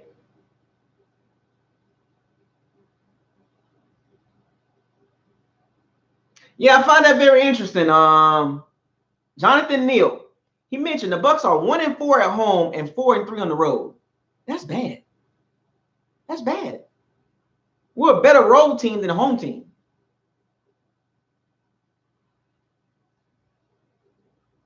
I find that very interesting. So Winston goes 21 for 33, 268 yards, 8 yards a catch or completion, no touchdowns. Most importantly, no picks. He had a fumble, but he recovered. Jaguars recovered it, so he had 1 turnover. He got sacked 4 times and got hit a lot. He got hit quite a bit this game, along with the 4 sacks. Passer rating of 89, which is not a bad game, Completion percentage is pretty good. Interesting though. I think I see what Byron Leftwich was doing. I just don't like his run scheme. Harold Godwin, and Byron Leftwich's run scheme is really bad. That like I said, that's the O-line fault. 33 passes, 31 runs. So he balanced it out again for the second week in a row. But it's the consistency of the running game that bothers me. 31 carries for 74 yards. And you guys completely just missing what I be telling y'all in these videos about the Jameis Winston, the fan base. It is hard to win games when you don't have a running game to help you out. Because sometimes the running game will help you out. And the Byron Leftwich was sticking with the running game, but it didn't produce anything. Peyton Barber, 17 carries, 44 yards, 2.6 yards a carry, 2 touchdowns. Jameis Winston, 6 carries, 20 yards, second leading rusher, a quarterback. Ronald Jones, 6 carries, 8 yards. Am I missing something here? So Ronald Jones couldn't get 17 carries? Bruce Arians is sending mixed messages to the fan base about Ronald Jones. I don't think he's a big fan of him now. I'm convinced that he just blowing smoke up our nose about Ronald Jones, just like he did with TJ Logan and Rashad Perriman. Like, he's blowing smoke up our nose about those guys. I don't think he's bought into Ronald Jones because he didn't draft him. You know, I think he's like playing us for a fool as a fan base, because how you gonna come out to the media and state to the media that Ronald Jones is the starting running back, and for 2 weeks in a row, last week 12 carries, this week 6 carries. That is not a starting running back. So to me, Bruce Arians is lying to us. I'm gonna let that pass because we got the victory, but there is a couple guys that's left over from the regime that he's not a big fan of. I'm convinced he's not a big fan of Ronald Jones, because this is the second coaching staff. This coaching staff had a little more faith in Ronald Jones than the last coaching staff, but they're not fully invested in committing to him as a running back to the team. And it shows. This game, just like last week, he's not a big fan of Ronald Jones. I've seen enough games this year that he should have been starting, but for some strange reason, he just don't believe in him. He likes Umuwale more. He likes Peyton Barber more. He's not gonna play me for a fool again about the running back situation. He just won't come out and admit it. But it's Peyton Barber and Umuwale. He just like those guys better, like on third downs and running the ball. You're not fooling me, Bruce Arians. You're not a big fan of Ronald Jones. Last week, 12 carries. 6 weeks. I mean, last week 12 carries. This week 6 carries. This game 6 carries. 20. Like, fam. Are you 6 carries, 8 yards? The more explosive back. 31 carries, 74 yards. 2.4 yards a carry as a team. How are you supposed to win games like that against better teams? So I'm going to touch on a little bit. There's a high probability that we will draft another running back or get David Johnson. I'm just going to be real with you folks. I see some of y'all in the chat room is talking about it. There's a high probability that we get a running back in the draft or free agency, or we're going to or trade or whatever, whether it's David Johnson or we're going to draft another running back, because this is getting ridiculous. 5 years in a row, we can't get a running game. Since Doug Martin, we haven't had a consistent running game. We've had 800-yard rushers since 2005. 800-yard rushers since 2005. Since Jameis Winston was drafted on this team, 800-yard rushers. 2005, 2015, 16, 17, 18, and 19, going on 5 years, and only 800-yard rushers. It's amazing that he's able to put up this many yards and this many points with a mediocre line and no running game. How many times do I have to tell y'all this? How are y'all not seeing this? 2015, I'm sorry, 2015. 2015, I know, I corrected it, 2015. 800-yard rusher since 2015. It's amazing that he's able to put up the points and yards with no running game in a below average to average offensive line. It's especially in a tackle position, in the right guard. Constantly, 3 positions in the O-line need to be upgraded. The running back situation need to be upgraded. This game is a telltale sign of this team can get better if we upgrade a couple positions in the trenches.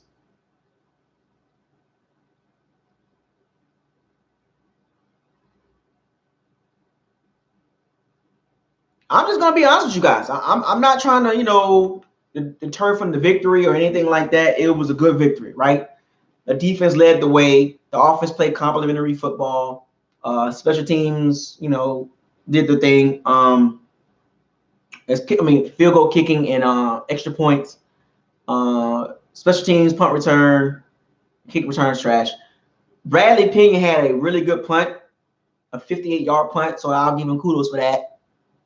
Rashad Perriman, but I'm just telling y'all, folks, it's not good moving forward. We have to get the running games established. The O-line needs to block better. I'm sure Bruce Arians will mention this. Jameis Winston got hit a lot and sacked a lot. He had to avoid a couple sacks. That line will hold us back, folks. It will not be Jameis Winston. It will be the O-line that hold us back because the O-line is the engine. They control the running game and the passing game. When you are very shaky in the tackle position, in the right guard position, Alex Kappa almost got Jameis Winston ankle broke. Understand this, folks. Alex Kappa on that last sack that Jameis Winston had, he almost got his ankle broke because Alex Kappa can't sustain a one-on-one block.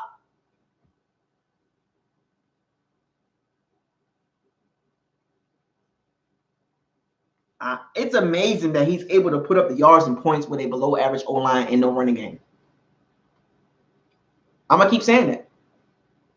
He's able to put up this many yards and this many touchdowns with that O-line and that running game. It's unbelievable, folks. It'll be hard for any quarterback to be consistent with this team structure, with this O-line and running game. It'll be very, very hard for any quarterback in the league to win games with this O-line and running game.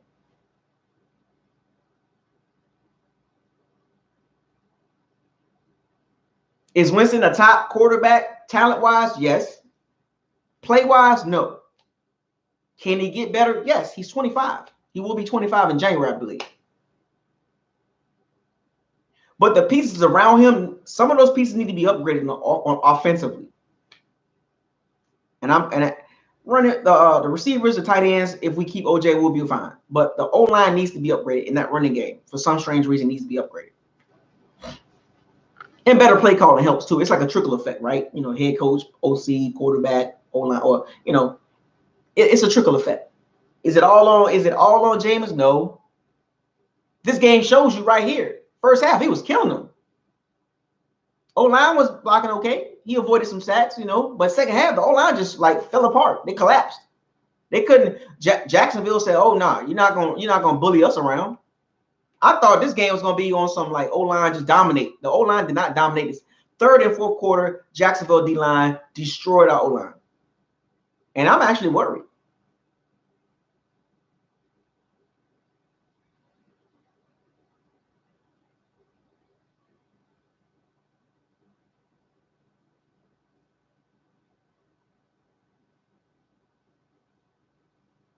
You guys got to understand and believe me, man. This game was about the defense for the most part. Their turnovers, the sacks. Shout out to the defense. Outside of a couple of Ryan Smith plays, the defense played very well until Ryan Smith got in the game. A little concerned about Jamel Dean and his injury-prone habits. He's very injury-prone. He was like that in college. He had, I think he had 2 ACL surgeries. He has ankle problems. I mean, he has injuries with his legs. And as a cornerback, you can't have injuries with your legs because you have to use those. Those are your highest assets as a cornerback. And it worries me. He's very talented, but he's injury-prone, folks.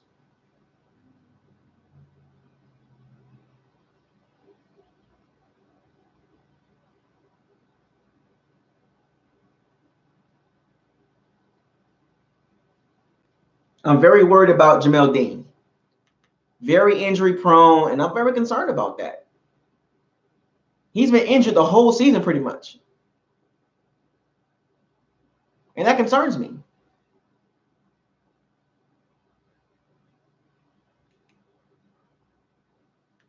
It really does.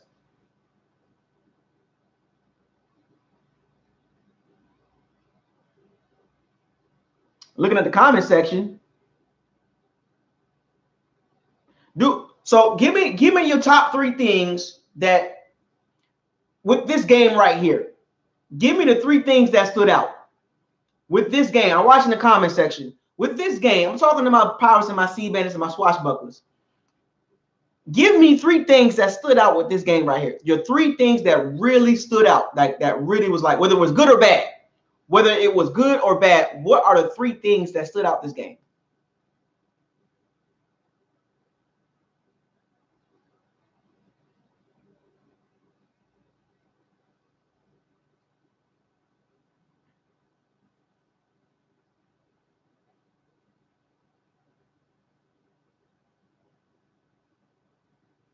Give me 3 things that stood out this game. 3 of them.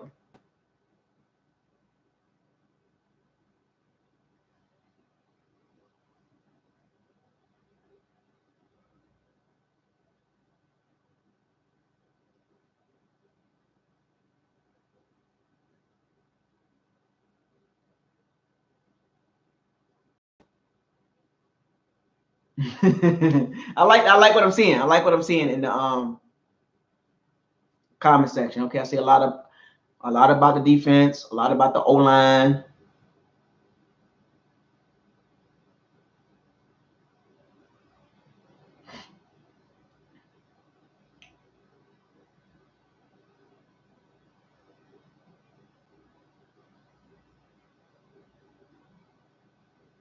Okay.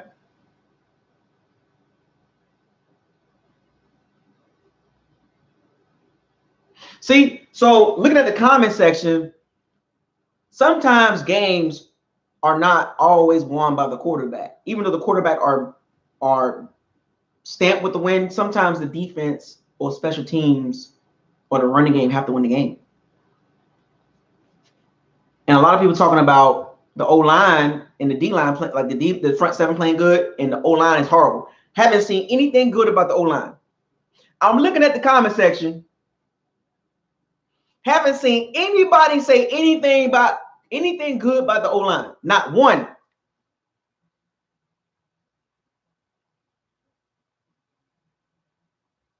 Nobody has spoken highly of the O-line.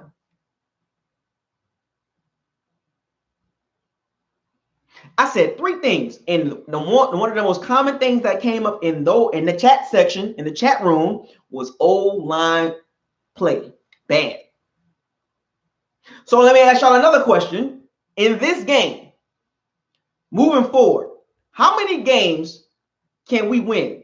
We got the Colts, the Texans, the Lions, the Colts, the Lions, the Texans, and the Falcons. We got 4 games left. How many games are we going to win in these last 4?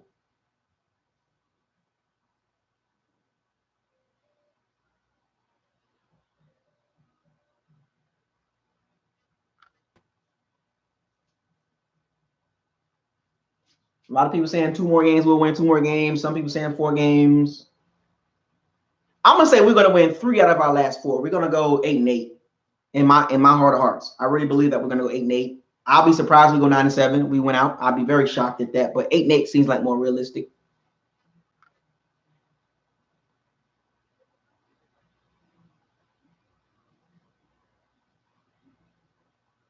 Somebody said we're gonna win 1 game?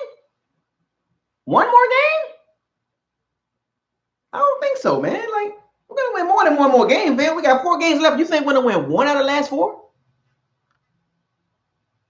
We got momentum.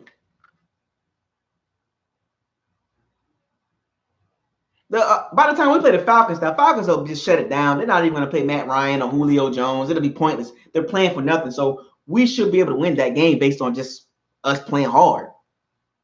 And then you got the Colts game. We should be able to beat the Colts next week. We got the Lions game. Just Jeff Driscoll hurt. Matthew Stafford not playing. We should be able to win that game. So that you got the Colts, we got the Lions, and you got the Falcons. That's at least 3 games right there. So we're looking at 8-8.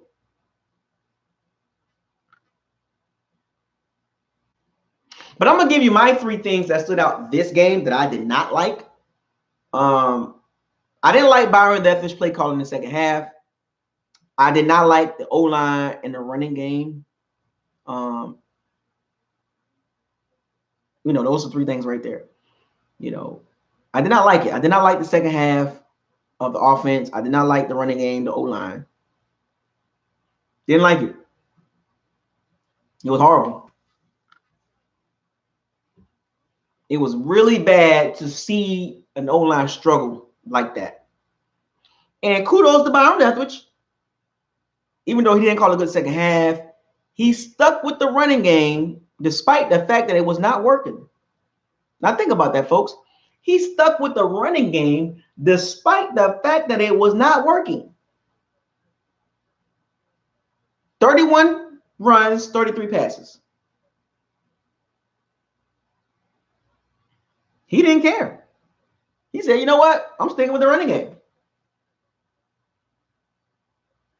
The Jaguars defense is very underrated. They got a pretty good defense. They got some injuries going on, but they got a good defense, man. I give them, they got a good front seven.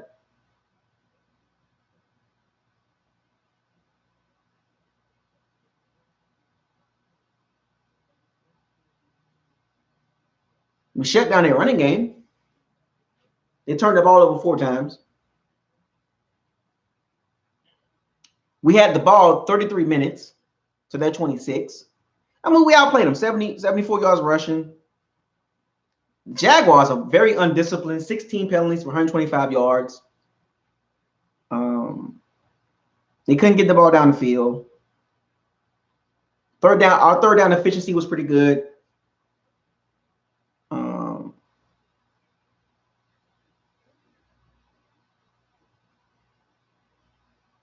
Phillip Rivers just threw another interception. Yikes.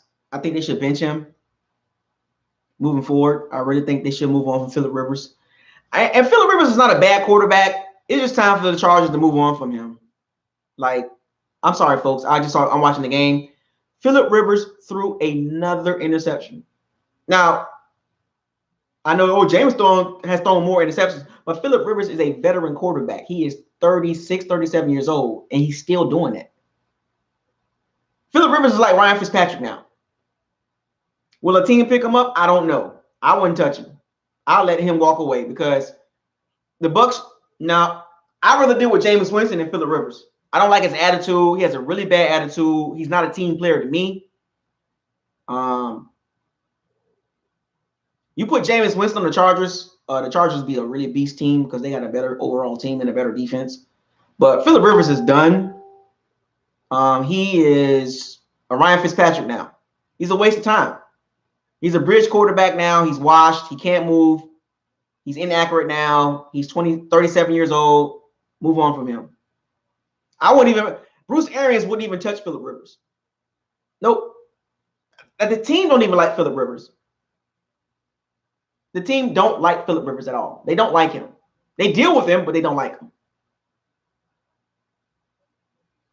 It's sad that he's a pretty good quarterback. It's just the fact that he's washed.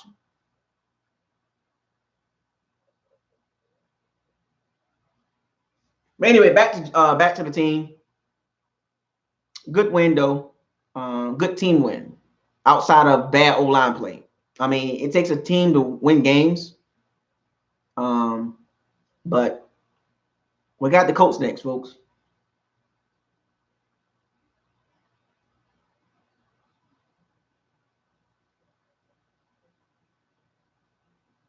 So I'm happy we won the game with 5-7. We're ahead of schedule. We're not going to finish 5-11. Thank God. I'm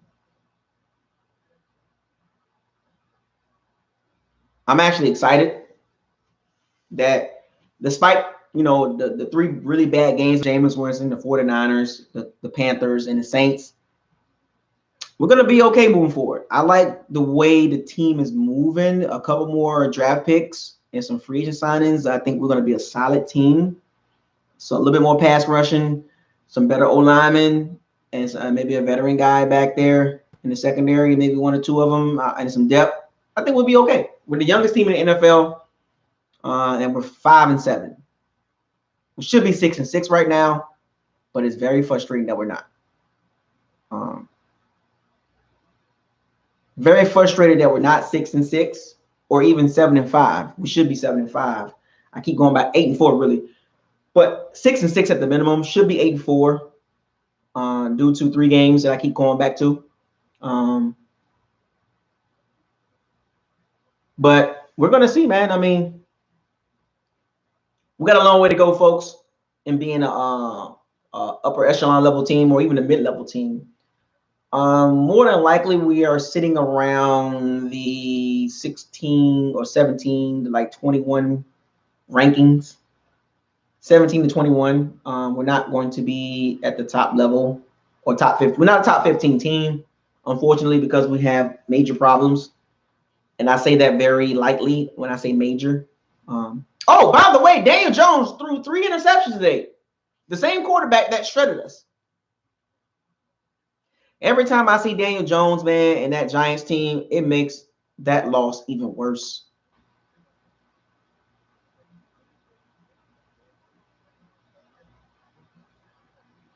We're going to be a problem next year if we get the right draft picks and the right free agent signings. We're going to be, because we got a good young core.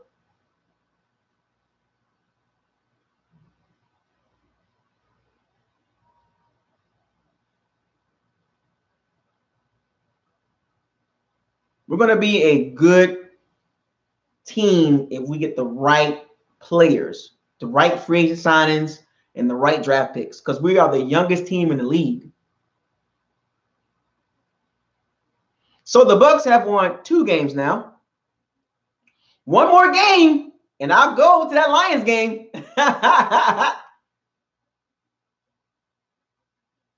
One more game, folks. I said 3 in a row. I'll go to another Bucs game. We're at 2 now. So if they beat the Colts, I'll be at the Lions. I'll be at the Lions game on December 15th. I'm a man of my word, folks.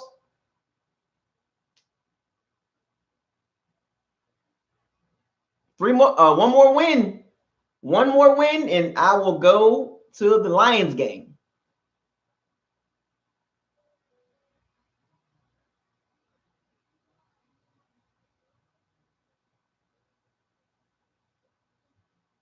Oh, I did say no interceptions. I did say that. I did say no interceptions, and I'll go to another Bucs game. I did say that. But I first said 3 games in a row. I want to see 3 games in a row. I know. I said no interceptions. I'll go to another Bucs game. But I really want to see 3 games in a row before I go to another game.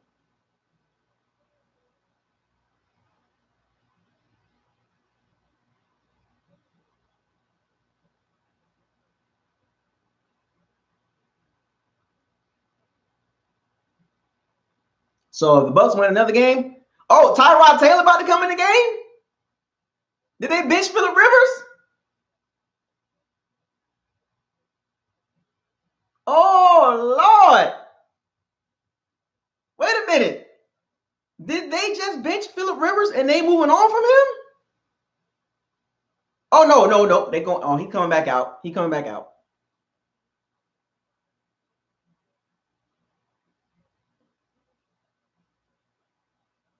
Yes, sir. I'm gonna wait. And now, if the Bucs win the Colts game, when I go to the Lions game, I will wear this. I will wear this. I'll wear this to the Lions game. Yes. Yes, indeed. Anyway. What's next? I don't know.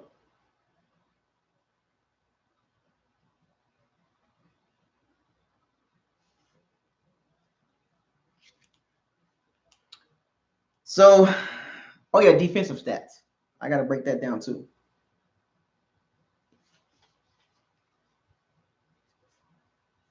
The Bucs have to win out and the Vikings have to lose out. For the Bucs to get to the playoffs, the Packers and Lions got to basically lose out.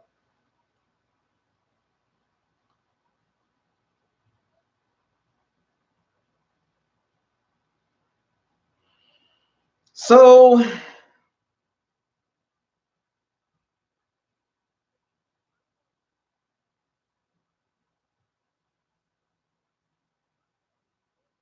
the Bucs defense played pretty good. Shaq Barrett got 2 sacks. Nassib got a sack. Okay, so let me give my gang balls to the guys that stood out this game. The first game ball I want to give to on the real And I've been harping on this dude for two guys. Two guys I've been bashing almost all season long. Game balls to Devin White and O.J. Howard. What a confidence building game for O.J. Howard and a very good game by Devin White. And I don't understand why Pro Football Focus got him rated so low. They got Devin White rated at 41, which is weird. The last 2 weeks he's played a hell of ball and he still got him rated low. He should be at least in the 60s right now, maybe 70s. But the two biggest game balls that I'm going to give out today is Devin White and O.J. Howard. I know some of y'all, what about Rashad Perriman? I don't too much like that guy. Whatever. But I'm talking about guys that I've been harping on. Y'all already know how I feel about Rashad Perriman. But the two guys I've been really like on hard is our two young guys. O.J. Howard and Devin White. Two game balls. Go to them. O.J. Howard and Devin White. Yep, Shaq Barrett is in the 70s as well on Pro Football Focus for some strange reason. They don't like him either.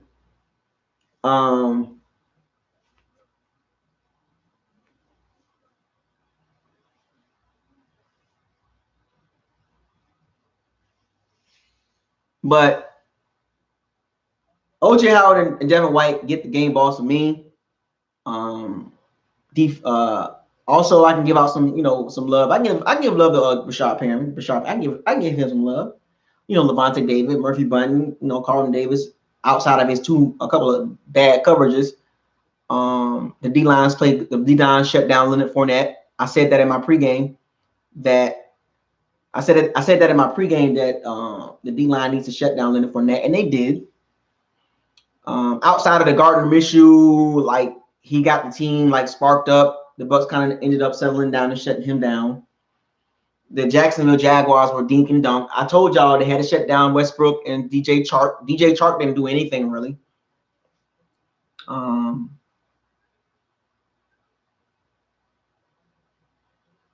Bucs were able to move the ball. I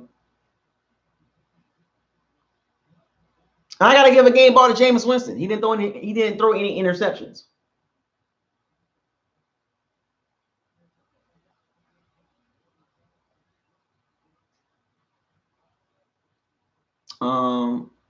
The front seven played hella game, man. Like the front seven played a hella game, and the back four, the back seven, the back front four, the front seven, the back seven played a hella fun game.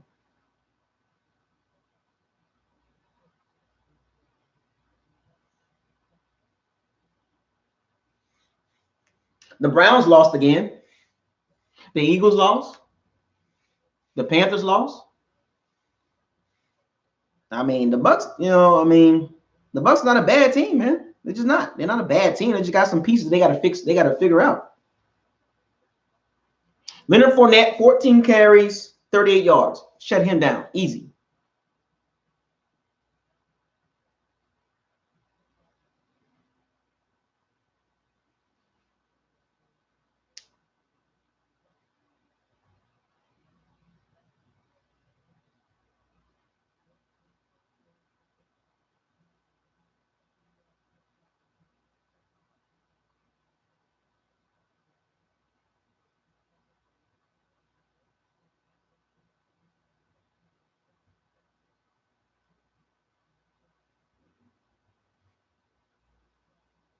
So we're 5-7. We got the Colts next week. The Colts just lost. I just watched the Colts play. The Colts did not look good.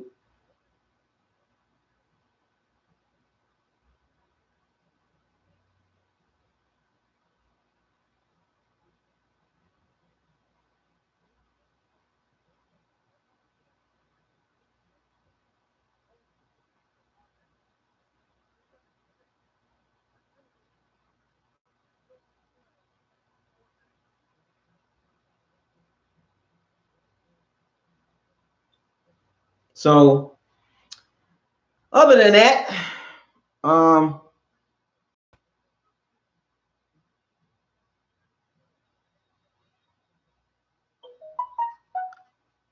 there you have it, folks. BucosLocker breakdown of the game. Let's enjoy this win. We got the Colts next week at home. I will not be at that game.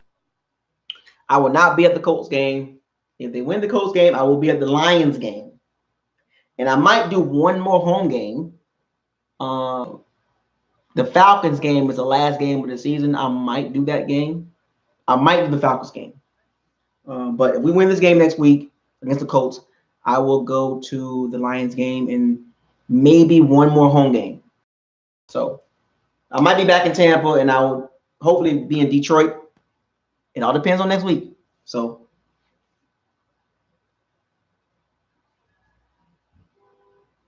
we play Houston at Houston, right? Wait a minute. I just thought about that. We play Houston in Houston.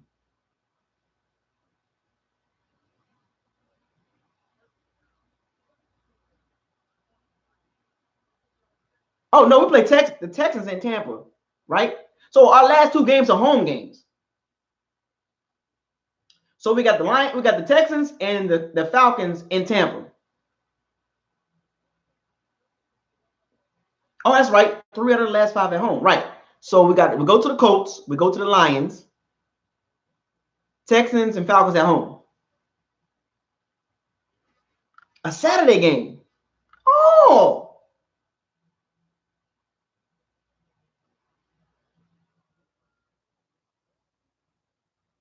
So we got the last 2 games are home games, and one game is on a Saturday. Wait a minute. I might have to go to that game.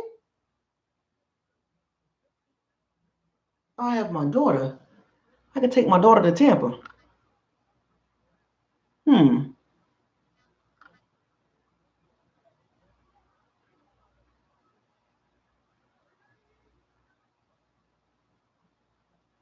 Interesting.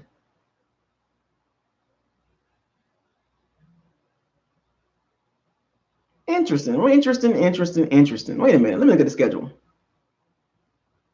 So the Colts come to Tampa. We go to the Lions. Oh, wait a minute. Nah, I won't be able to make the Texans game. No. That's my daughter's birthday. My daughter's birthday is on the 21st. And I will not make the Texans game, folks. Sorry about that.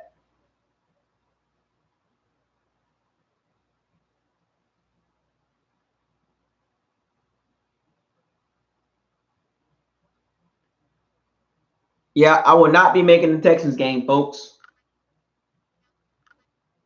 My daughter's birthday is on that day, so I will not be in Tampa for that game. But I might make that Falcons game, though. I might make that Falcons game. Yeah, I might have to make that game. That's the last game of the season, too. I ain't going to hold you on that one. The last game of the season?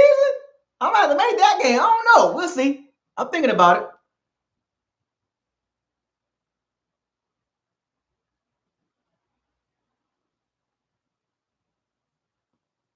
I don't know. We're going to see. Oh, that's right. The Colts game is at home. So, yeah. So, if we beat the Colts at home next week, I'll definitely go to the Detroit game, which means we'll be 6-7. On a 3-game winning streak, and then we beat the Lions. That's a 4-game winning streak. Ooh, we might finish the season pretty strong.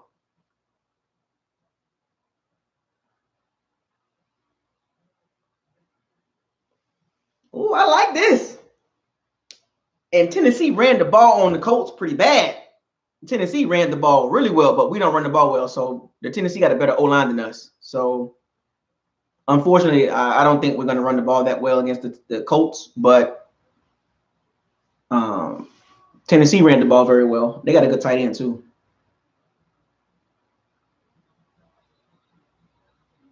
Cincinnati beat the Jets. Yikes. Anyway. There you have it, folks. The Bucs finished the Jaguars off the Battle of the Sunshine State, 28-11. The Bucks go 5-7. Got the Colts next week at home. We're 1-4 at home. Can we win another home game? That'll be really, really nice. I really like that. So with that being said, I'll do more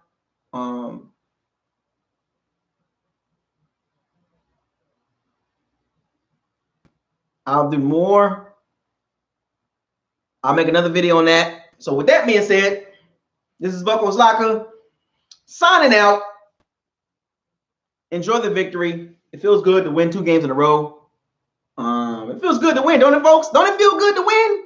Don't it feel good not to complain about Jameis Winston? Huh? Don't it feel good not to complain about Jameis Winston for a change? And talk about other stuff like positive, talk about some negative too, but it feels good to win.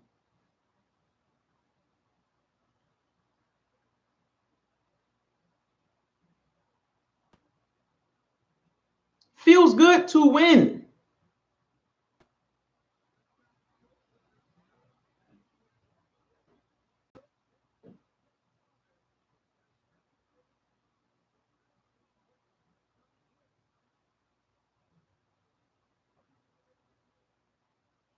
Maybe the bitch Phillip Rivers. But anyway, signing out. Victory Monday. Victory week. Feel good, man. 5-7. I know it ain't much to talk about, but we 5-7, folks. It's better than a lot of out there. So signing out. BucosLocker. Y'all be safe. So all my pirates, my sea bandits, my swashbucklers, I want y'all to fire those cannons, seize the day, raise the flag, and we almost lost the biscuit. We did risk a lot, but we almost lost the biscuit. Enjoy y'all week. Enjoy Cyber Monday. Y'all stay safe. I'll see y'all later on this week with a preview video of the Bucks Colts game. BucosLocker out.